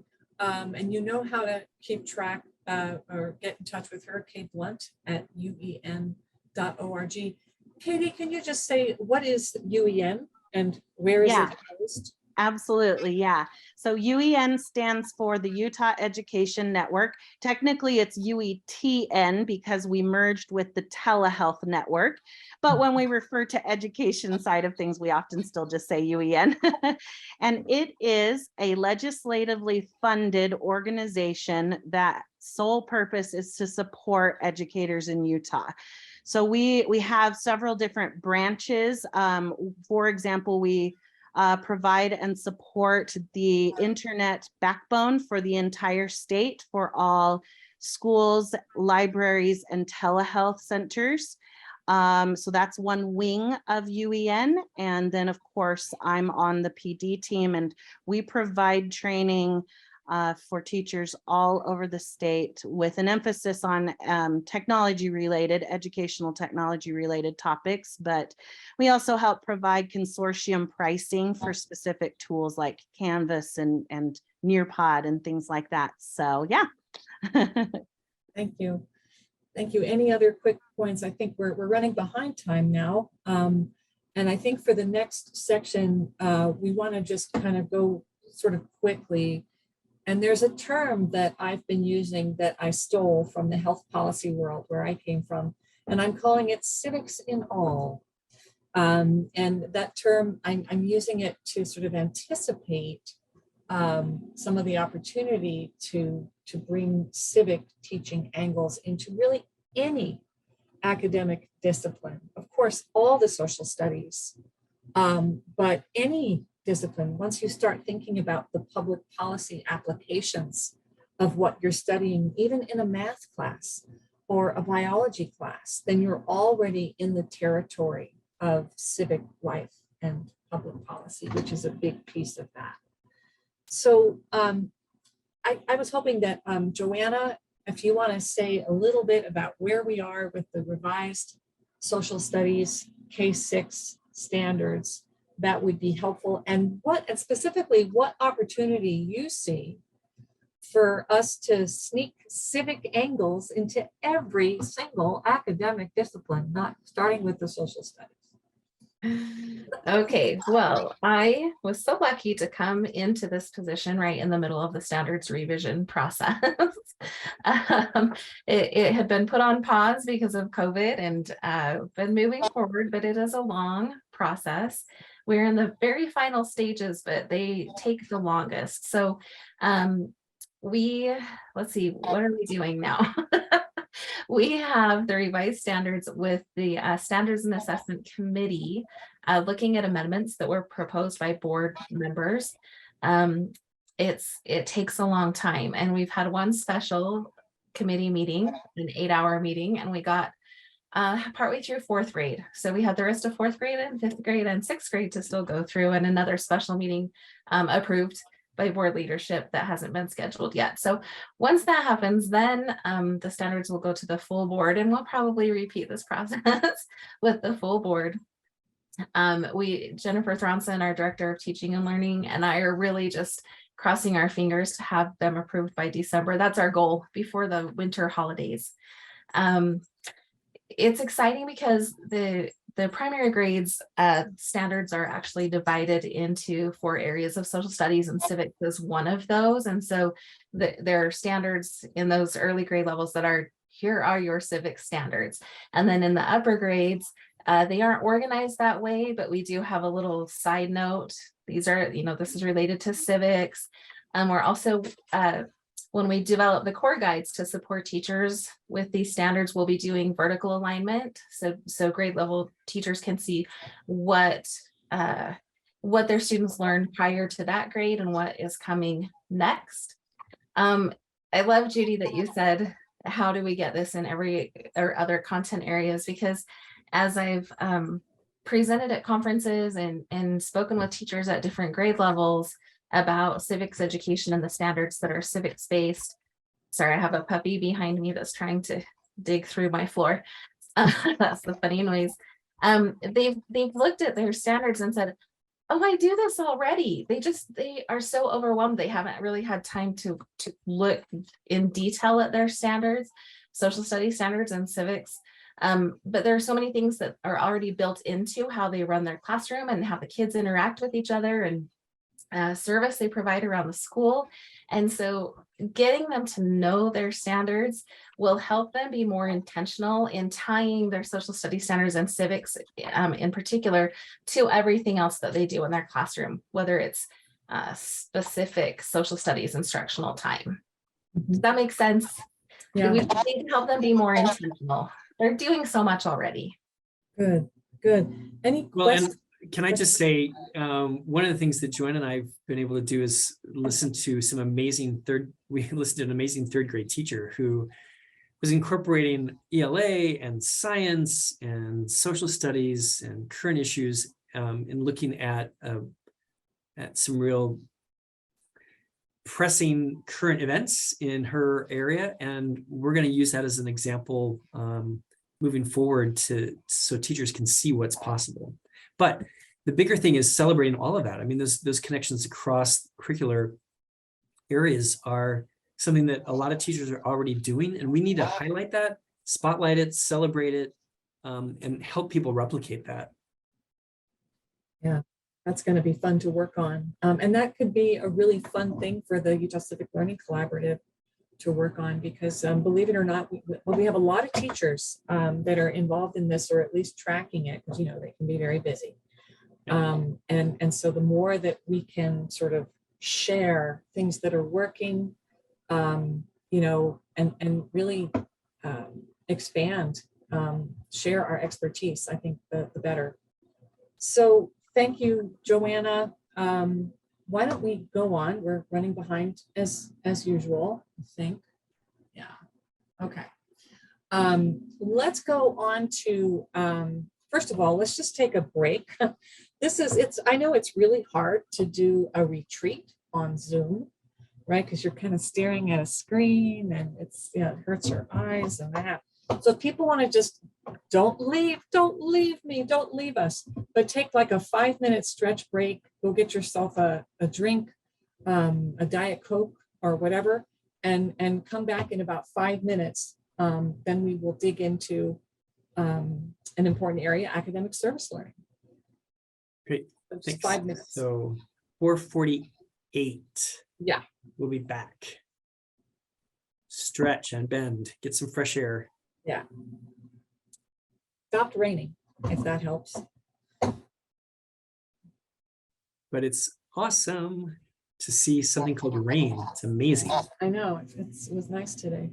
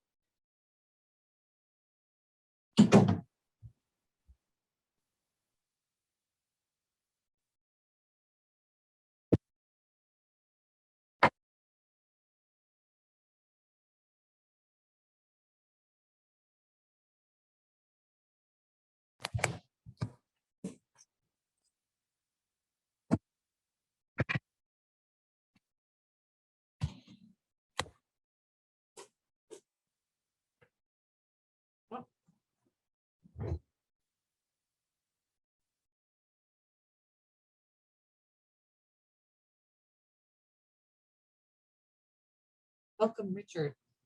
We are finishing up a 5-minute break. So we reconvene in 2 minutes. I wish I could share the cake that I just had next time.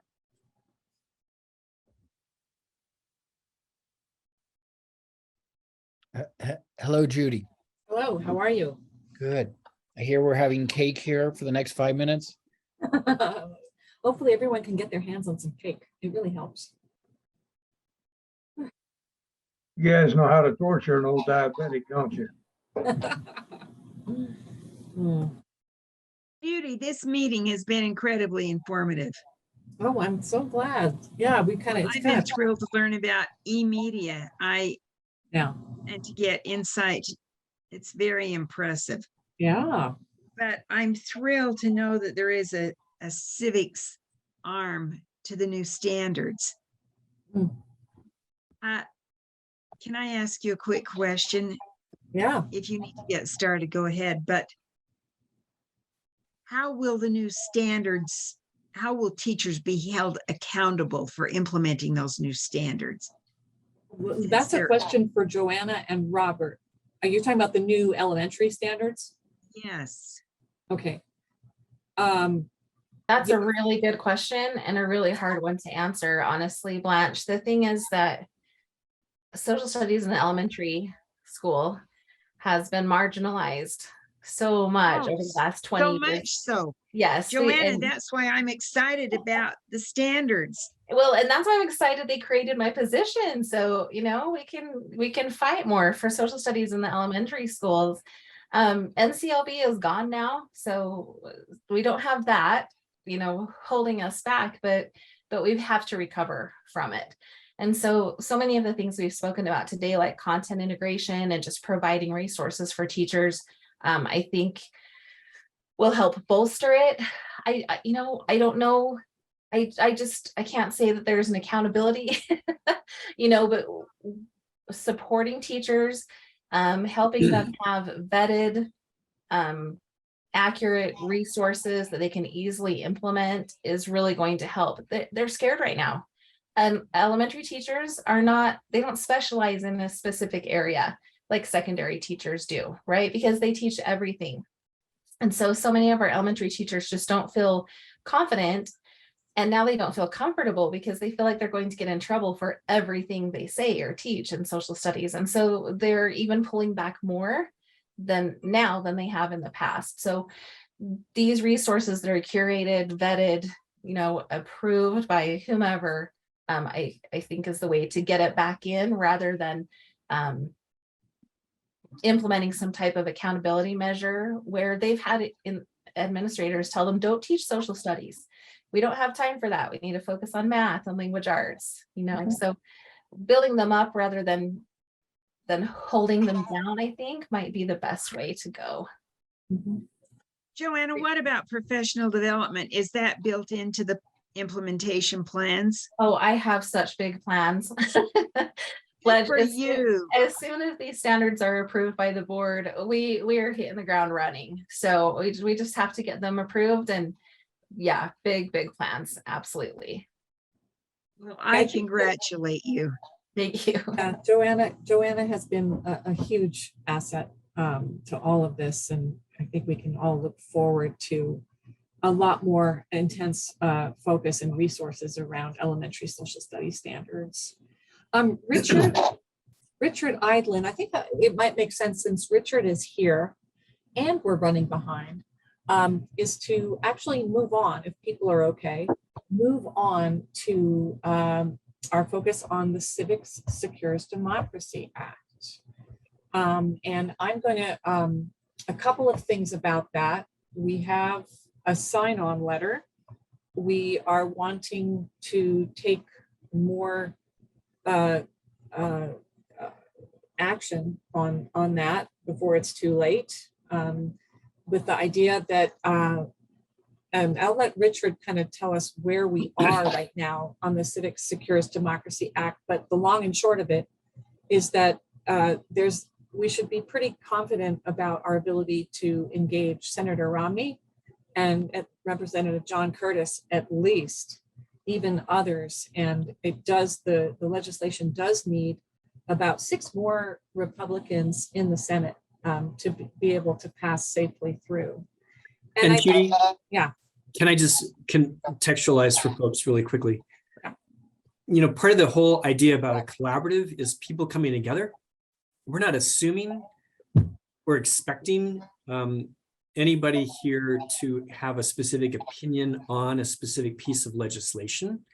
You may be mortally opposed to this concept of Civics Secures Democracy Act. That's not the point. The point is, this is a venue for being able to provide information in a collaborative way regarding whatever legislation is out there that may have an impact on civic life. And so with that context in mind, I just want to let you know that's the whole spirit of a big casting a wide net and inviting a big tent of people to come together to have these kinds of conversations. So that's my 2 cents. And now, Richard, please. Okay. Richard, where do we stand? Good. Robert and Judy, thanks. Appreciate the opportunity to chat with you all for a few minutes. I'm Richard Idland, the National Policy Director of a national nonpartisan, not-for-profit called Business for America. And our mission is to engage the private sector, companies large and small, in taking steps to shore up our democracy. And our work focuses on election integrity, election security, voting rights, civics education. We've been working to push Congress to pass the Electoral Count Reform Act and essentially make the case to businesses across the country that a well-functioning democracy in which people participate helps their bottom line and increases political stability and reduces polarization. So we work with companies like Salesforce and PayPal, Cisco, Marriott, Patagonia, Aspen Ski Company, and other companies across the country. What Judy asked me to talk a little bit about is a piece of federal legislation that is co-sponsored by Senator John Cornyn from Texas and Senator Chris Coons from Delaware, called the Civics Secures Democracy Act. And those two gentlemen often don't agree on much.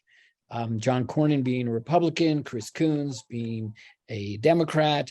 But what they both have concluded is that there is some woeful lack of understanding by the general public, but also school-age kids, about civics, how government works, the fact that there are 3 branches of government, the rights and responsibilities of being a citizen.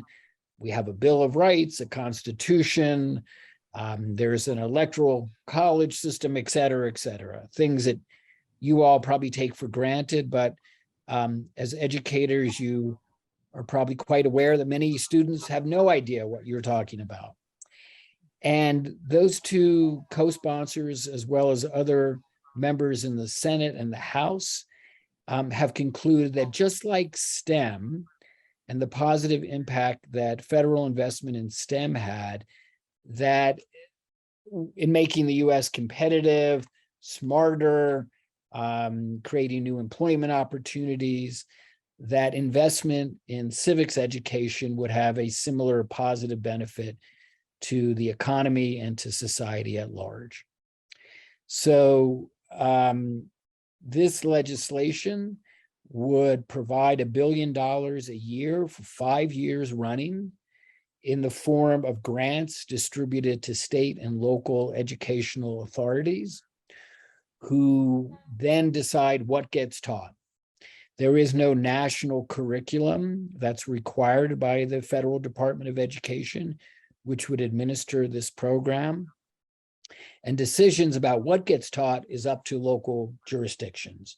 So, what the instruction looks like in Salt Lake City might be different than in Providence, Rhode Island, or in Tulsa, Oklahoma. And I mention that specifically because critics of this bill have contended that this is somehow a front for teaching critical race theory or inoculating the school-age kids. in particular political philosophies, that is inaccurate. And there is nothing in the bill that stipulates a national curriculum, but rather focuses on the basic and the fundamentals of American history, civics education, and how democracies work. So the grants would be provided to, as I said, local and state educational authorities, not-for-profits who have educational responsibilities, as well as some colleges and universities. And there is an effort also to increase the number of teachers who have professional training in civics education. So some money would go to that purpose as well. Judy mentioned Senator Romney. We are focused on Senator Romney along with other senators who we think could be persuaded to either co-sponsor the bill or vote for it. And again, with the idea that investment in civics education will make the US a stronger society. One of the reasons that we're involved in this as a business organization is we have been hearing from many companies that they haven't had to invest a lot of time and resources in addressing polarization and acrimony and dealing with mis and disinformation within their workforce, still arguing about who won the 2020 election. And from the business perspective, there's a sense that a more educated workforce becomes less susceptible to mis and disinformation, and that those companies believe is in their interest, society's interest. So I'll stop there, and happy to answer any questions that anyone has. And I'll put in the chat my contact information, and happy to talk with any of you about what this means for Utah. Last thing is we are working with Judy and some others in Utah to present a webinar for the business community about why this would make sense for companies in Utah to get behind this idea. So Judy and Robert, happy to answer any questions people might have. Yeah, anyone, any questions for Richard? Yeah, Doug. Do you happen to know where Mike Lee stands on this bill? I don't think he said anything about this, but I do know that this has become somewhat of a partisan issue in certain quarters, and that, but I have not heard Senator Lee comment on this, nor have I heard Evan McMullin say anything about this legislation. I only ask if Mike Lee is a Boise State graduate. I'm sorry, say that again, Mike Lee. Mike Lee, what? He's a Boise State alumnus. Okay.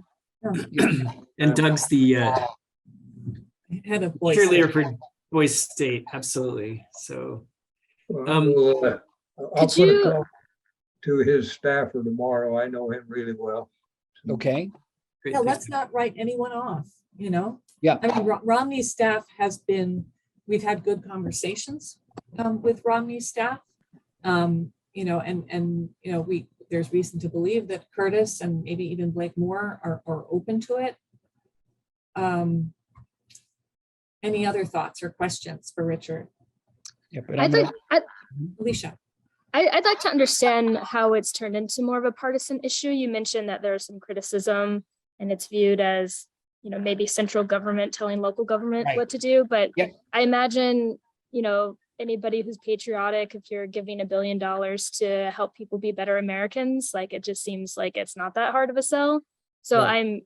and we've kind of been talking about this for a while, so I'm surprised to hear that Okay. Senator Romney hasn't been persuaded yet. So I'm not understanding so much what politics is complicated, but Right. Well, why it's a hard sell. Yeah, Alicia, I agree with you. You'd think this would be a universally accepted idea. But critics of this, started by the National Review magazine, have contended that this somehow is a form of bribery. That's their word, not mine. And that unsuspecting educators and state departments of education and local districts would be bribed into accepting the money and then end up somehow teaching critical race theory. I'm shorthanding it, but that's essentially what the argument is. They don't trust the Department of Education, federal. They have some bad taste from No Child Left Behind. And they also think that the federal government should have nothing to do with encouraging local school districts and states to teach anything. This also got amplified by President Trump, who tweeted about this and attacked the bill and the co-sponsors, the Republican co-sponsors, about 2 months ago, and that then stimulated other critique. But Senator Cornyn and his colleague, Senator Inhofe and Senator Cassidy, all conservative Republicans have all endorsed this bill. Senator Cornyn from Texas is very much on the record talking about the competitive opportunities that come about from understanding civics education. And he has specifically suggested that a lack of understanding makes people more susceptible to conspiracy theories, skepticism, cynicism, and he thinks that this is smart for our national security and our economic welfare. It's kind of a microcosm of all of our challenges politically at the moment. Yeah. Stasha asks in a private message to me, Stasha asks, where is the bill in the process, in the legislative process? Yeah. So it's complicated, but the bill's been introduced in the Senate. It was introduced initially in 2021, then reintroduced in 22, but it has not been reintroduced in the House because of the politics in the House Education and Labor Committee, which I won't get into. But so, Judy, the trajectory here is that a decision about providing funding would probably be accounted for in Congress's omnibus bill, that when they throw everything in the kitchen sink in after the November election, and that ideally funding would be provided in that omnibus bill. So the important takeaway is that if we can convince Senator Romney, Senator Lee to, first of all, they need to know about the bill and its benefits. And then when they see it show up in the omnibus bill, they decide to still support the omnibus bill because they like the idea of civics education. So long story short, this may not stand alone as a bill in Congress. It may never be voted on as an independent, individual piece of legislation, but is likely to get smushed together with all these other issues at the end of the year. Does that make sense? Yeah. And do you think that sort of the major provisions in it, including, the deficit neutrality and the local control, that all of those provisions would remain intact if it went through this process towards the end of the year? That's my understanding. What may change is the amount of money. So it may end up being less than $1 billion a year. Just by comparison, we're spending about $54 a year on STEM per student in America, which is great. And we're spending about 5 cents per student on civics education. So we may end up with less money for civics education, but it'll be a start. Right. Okay, very good. Any other quick questions? Elizabeth, Representative Elizabeth Waite, do you want to share your point from the chat?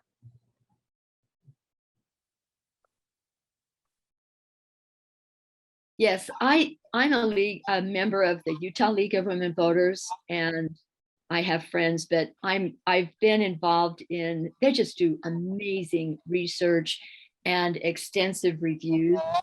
And they have written a letter of support for this act since its reintroduction in the Senate this summer. So that's the website that shows the content of the letter support for that. They're completely nonpartisan. They go to great lengths to be partisan, and non-political, but objective in their research and reviews. Right. Speaking of letters of support and speaking of concrete action, if people are so inclined that they can take, we have a really nice letter, a sign-on letter that we wanted to use to send to those who are inclined to send to members of Utah's congressional delegation. And it would be an organizational sign-on. I just sent you a link to it. Teachers, if you feel comfortable, could sign even with a first name and last initial, if that's better. Organizational members of the UCLC, we would love for you to, if you need to go back to your board of directors, for example, and get permission, please do what you need to do. But we would like to get this letter done and use it kind of as an opening to ask for meetings, face-to-face meetings or Zoom meetings with members of our congressional delegation to talk about it. So you can sign it. If you can sign it right now, please have at it. You can go ahead and do that via comment in the document, or you can take it back to your people and then come back to the document, or just get in touch with me. And hopefully we can get that going.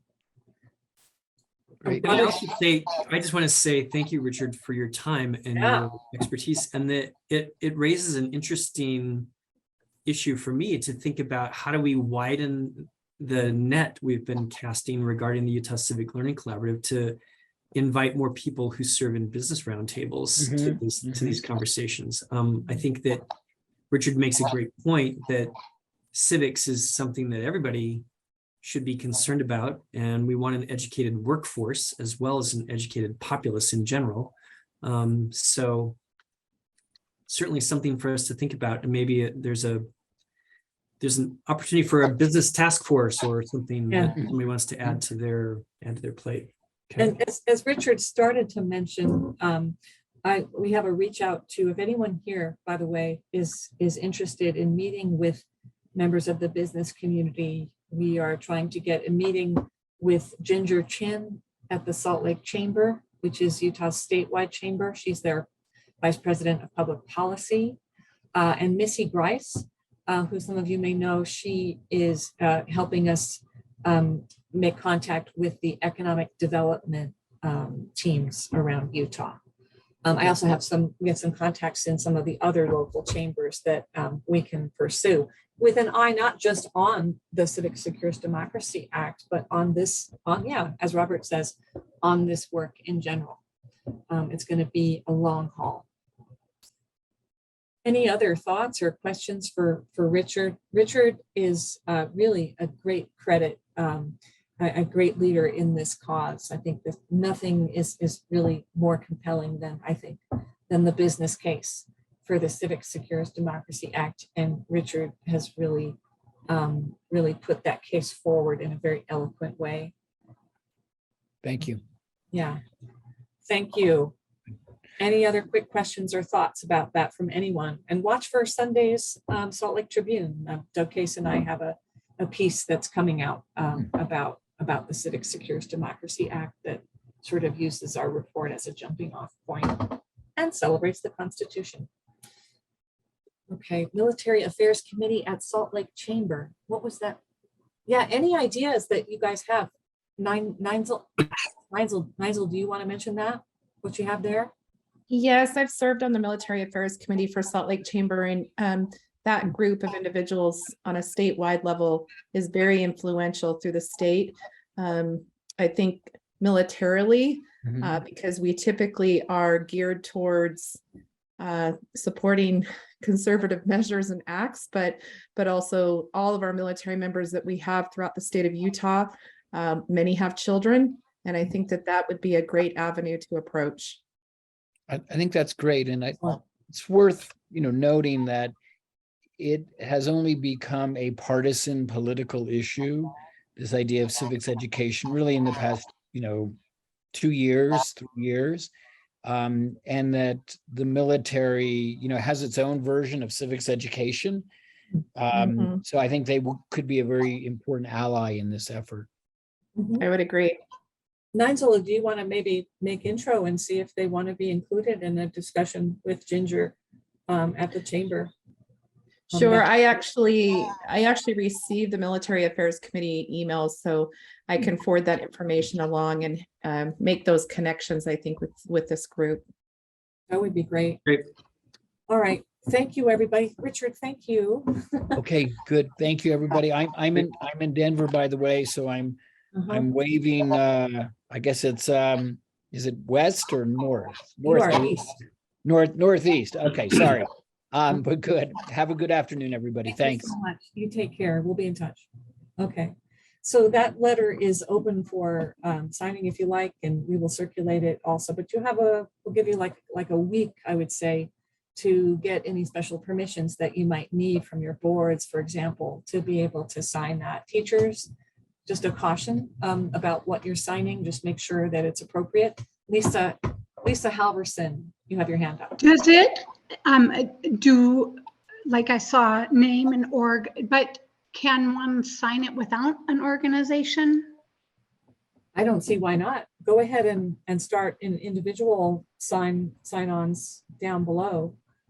That's totally fine. I think Blanche already did that. Yeah, but however you would want to sign it. I just thought it would be interesting to sort of show those different groups. Sure. Yeah, and we know. Yeah, I have Judy, friends. I went ahead. I have friends who would support civics education, but they may not be affiliated. They might be a stay-at-home mom, and they might not have an organization behind them. Is that okay to solicit their signatures? Sure, absolutely. Yeah, I think that would be great. And I know that there's networks that have contacts all over the country, and that could be super helpful as well. Okay, great. Yeah. Okay. Yes, Blanche. Judy, I went ahead and signed for Freedom's Foundation at Valley Forge, but I think I better delete it until I do get approval from our board. I don't think there will be any problem in getting approval, but I probably shouldn't take on that authority for everyone. No problem. Everyone do get your permissions. Of course, I think that's important, and that's a very important thing for a board to be able to sign off on if they can. Yeah. Okay, good. So let's go on, and we'll try to get you out early. There is, let me go back to our agenda. And as we have discussed throughout today's retreat, there's a strong interest in really putting some nuts and bolts into academic service learning and what that means and how we partner and who to partner with, right? We talked about the directory because we know that kids learn by doing, right? That these experiences can be incredibly valuable for young people. And let me also note that with House Bill 273, academic service learning is one of the areas that qualifies, okay? But at the same time, we want to be very careful about how we define academic service learning. So what I've done is, and I'm going to give you guys a link to this right now, and we're just going to make a few more comments and then we'll let you go. And boy, you guys have worked hard and you're giving us so much to chew on. Before we go into that, those of you who are with representing nonprofits, or those of you who are teachers and you really want to do more academic service learning, hands-on learning, please put in the chat that you would like to get involved in a work group that would really work on these things so that we have a really robust, a really meaty approach to academic service learning in Utah. I mean, what we know is that it's one of the proven practices is to provide service and to think about the ways that you can connect to the community. We know that when kids feel like they have skin in the game, when they care about their community, they're more likely to vote. They're more likely to know who their representatives are. They're more likely to know who zones parks and rec and all of the other pieces of the puzzle in terms of public life. And the academic piece is the connection to the larger issues that are at the forefront. So it's not just stuffing a bag full of canned goods at the food bank, but it's also understanding about poverty and issues of food deserts or all the other kind of larger social studies and civics concepts that we want to make sure kids understand. Yeah. So we wanted to have principles. And why? Why principles for academic service learning? In the document that I just pasted into your chat, and you're all welcome to jump into that, please. There's a lot of reasons to have principles for academic service learning. Sometimes academic service learning, can be misunderstood, right? It can fall into that sort of contentious area, right? Where people think, uh-oh, we're turning young people into little communists, because they're going to become activists and that's all it is. And no. What we're talking about is, as Robert mentioned, is really tying the service to academic study of the issues underlying or related to the need for service. Because it turns out that when you do that, you're really building lifelong civic dispositions, and the student is more likely to be involved and really make a difference in their community their whole lives. So it's a huge thing. Thank you, Doug. I'm glad to work with you on that. So if you'll come into this document, please, and just for a few minutes, I have some draft principles here. The principles can be used to reach out to nonprofits, right? A lot of nonprofits in Utah are wonderful. Like just at the farmer's market, I ran into the Great Salt Lake Collaborative, which is a wonderful nonprofit trying to save our Great Salt Lake and save our air, etc. I ran into the Waste Less Solutions, which helps young people make sure minimize waste in their cafeteria, right? Which contributes to greenhouse gases, and it's just a terrible thing if you think about the concept. We're not that food could be going to the hungry, right? There's so many nonprofits that could be part of this, but what they need to know is, what do we mean by academic service learning, right? And is that something that they can partner with? And what would that look like for them to partner on that? Yeah. I interrupt for a second. I've been mostly listening. Yeah. So I'm a retired school teacher, but I still do a little bit with Provo School District Online. I was a government teacher, history teacher. A few years back, Provo School District and Provo High School, we had something called Provo Academic Unified Studies. It was kind of a field studies program. And I was a social studies part. We had an English teacher, a science teacher, and a PE health teacher.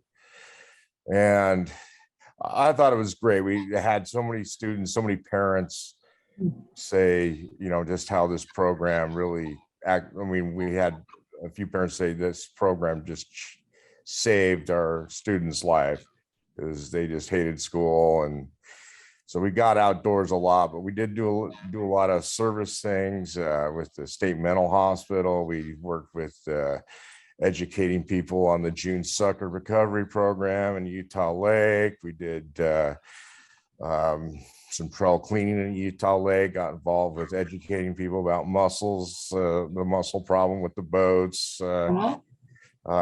Great. We just did a lot of things everywhere we went. Our motto was to leave it better than we were. Of course, we took the kids to the Capitol to meet their representatives, became good friends with Mike Maurer, with the governor's office. And but sadly, after 4 years, our district decided to cut the program. So Oh. Well, let's bring it back. And Brian, if you're not careful, we're Yeah. gonna recruit you to this working group because we want to well, hear. I'm just saying it can be done. You know,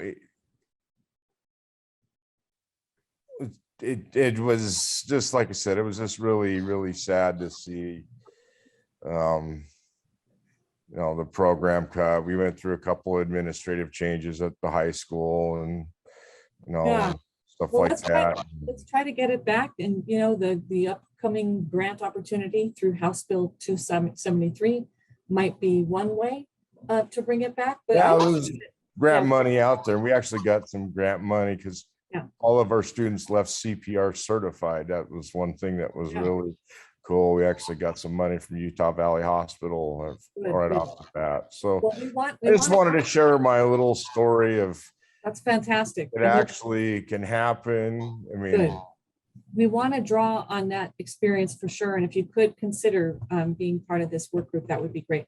Y'all just take a few minutes if you can to go into, let me just say, these principles were drafted. I don't know if you guys have followed Illinois civics, but you know, sometimes I like to pay attention to what they're doing in the Illinois civics. This is the Illinois counterpart to the Utah Civic Learning Collaborative. They do amazing work, right? And they've had a lot of resources going into this, and they have an amazing toolkit that supports, you know, robust approaches to academic service learning. And some of these principles are based on their principles. Some of them are based on just my exposure to different teachers and what they have done. For example, Brittany Powell is the principal at the Salt Lake Center for the Science Academy. She has a deep experience in that space. And so just kind of really drawing on all of that expertise and experience. But, you know, you should never let me draft anything by myself. So why don't you go into the document, and in the remaining 7 minutes, because you need to get dinner on the table probably, or order takeout, please go in here and comment on these, or change the wording, or add a principle that you think belongs in there. And then we had a wonderful group of people volunteer to work on this more in depth. Thank you. We will then follow up with that. So let's just take a few minutes for you guys to go in there and bravely comment in that table.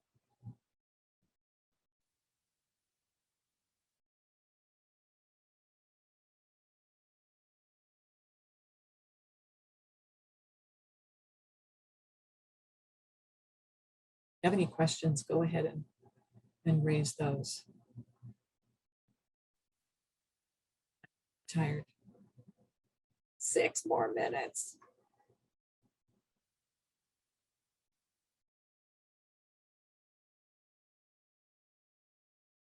See, the table part starts on page 2. And you're all getting civic duty gold stars today for hanging to the bitter end. Yeah. I see someone starting. You know, I love it when that Margaret Mead's quote about don't ever underestimate the power of a small group of committed people to make a difference in the world. In fact, it's the only thing that's ever made a difference in the world. And that's something to remember as we work on this. Thank you, Elaine, for being our role model. it's me again. Get those students involved.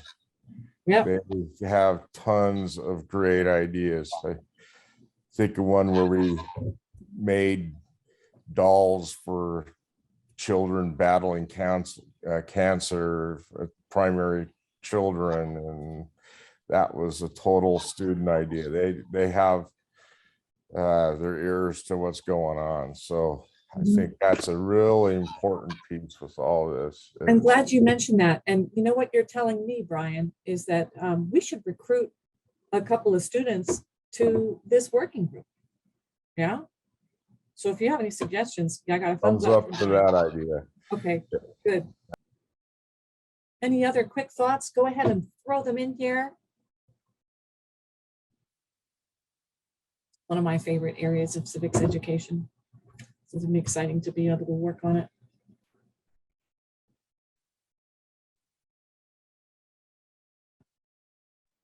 Hey Judy, I'm on my phone and it doesn't play nice with Google Docs. Okay. So I'm just gonna share my comment with you on this. Yeah.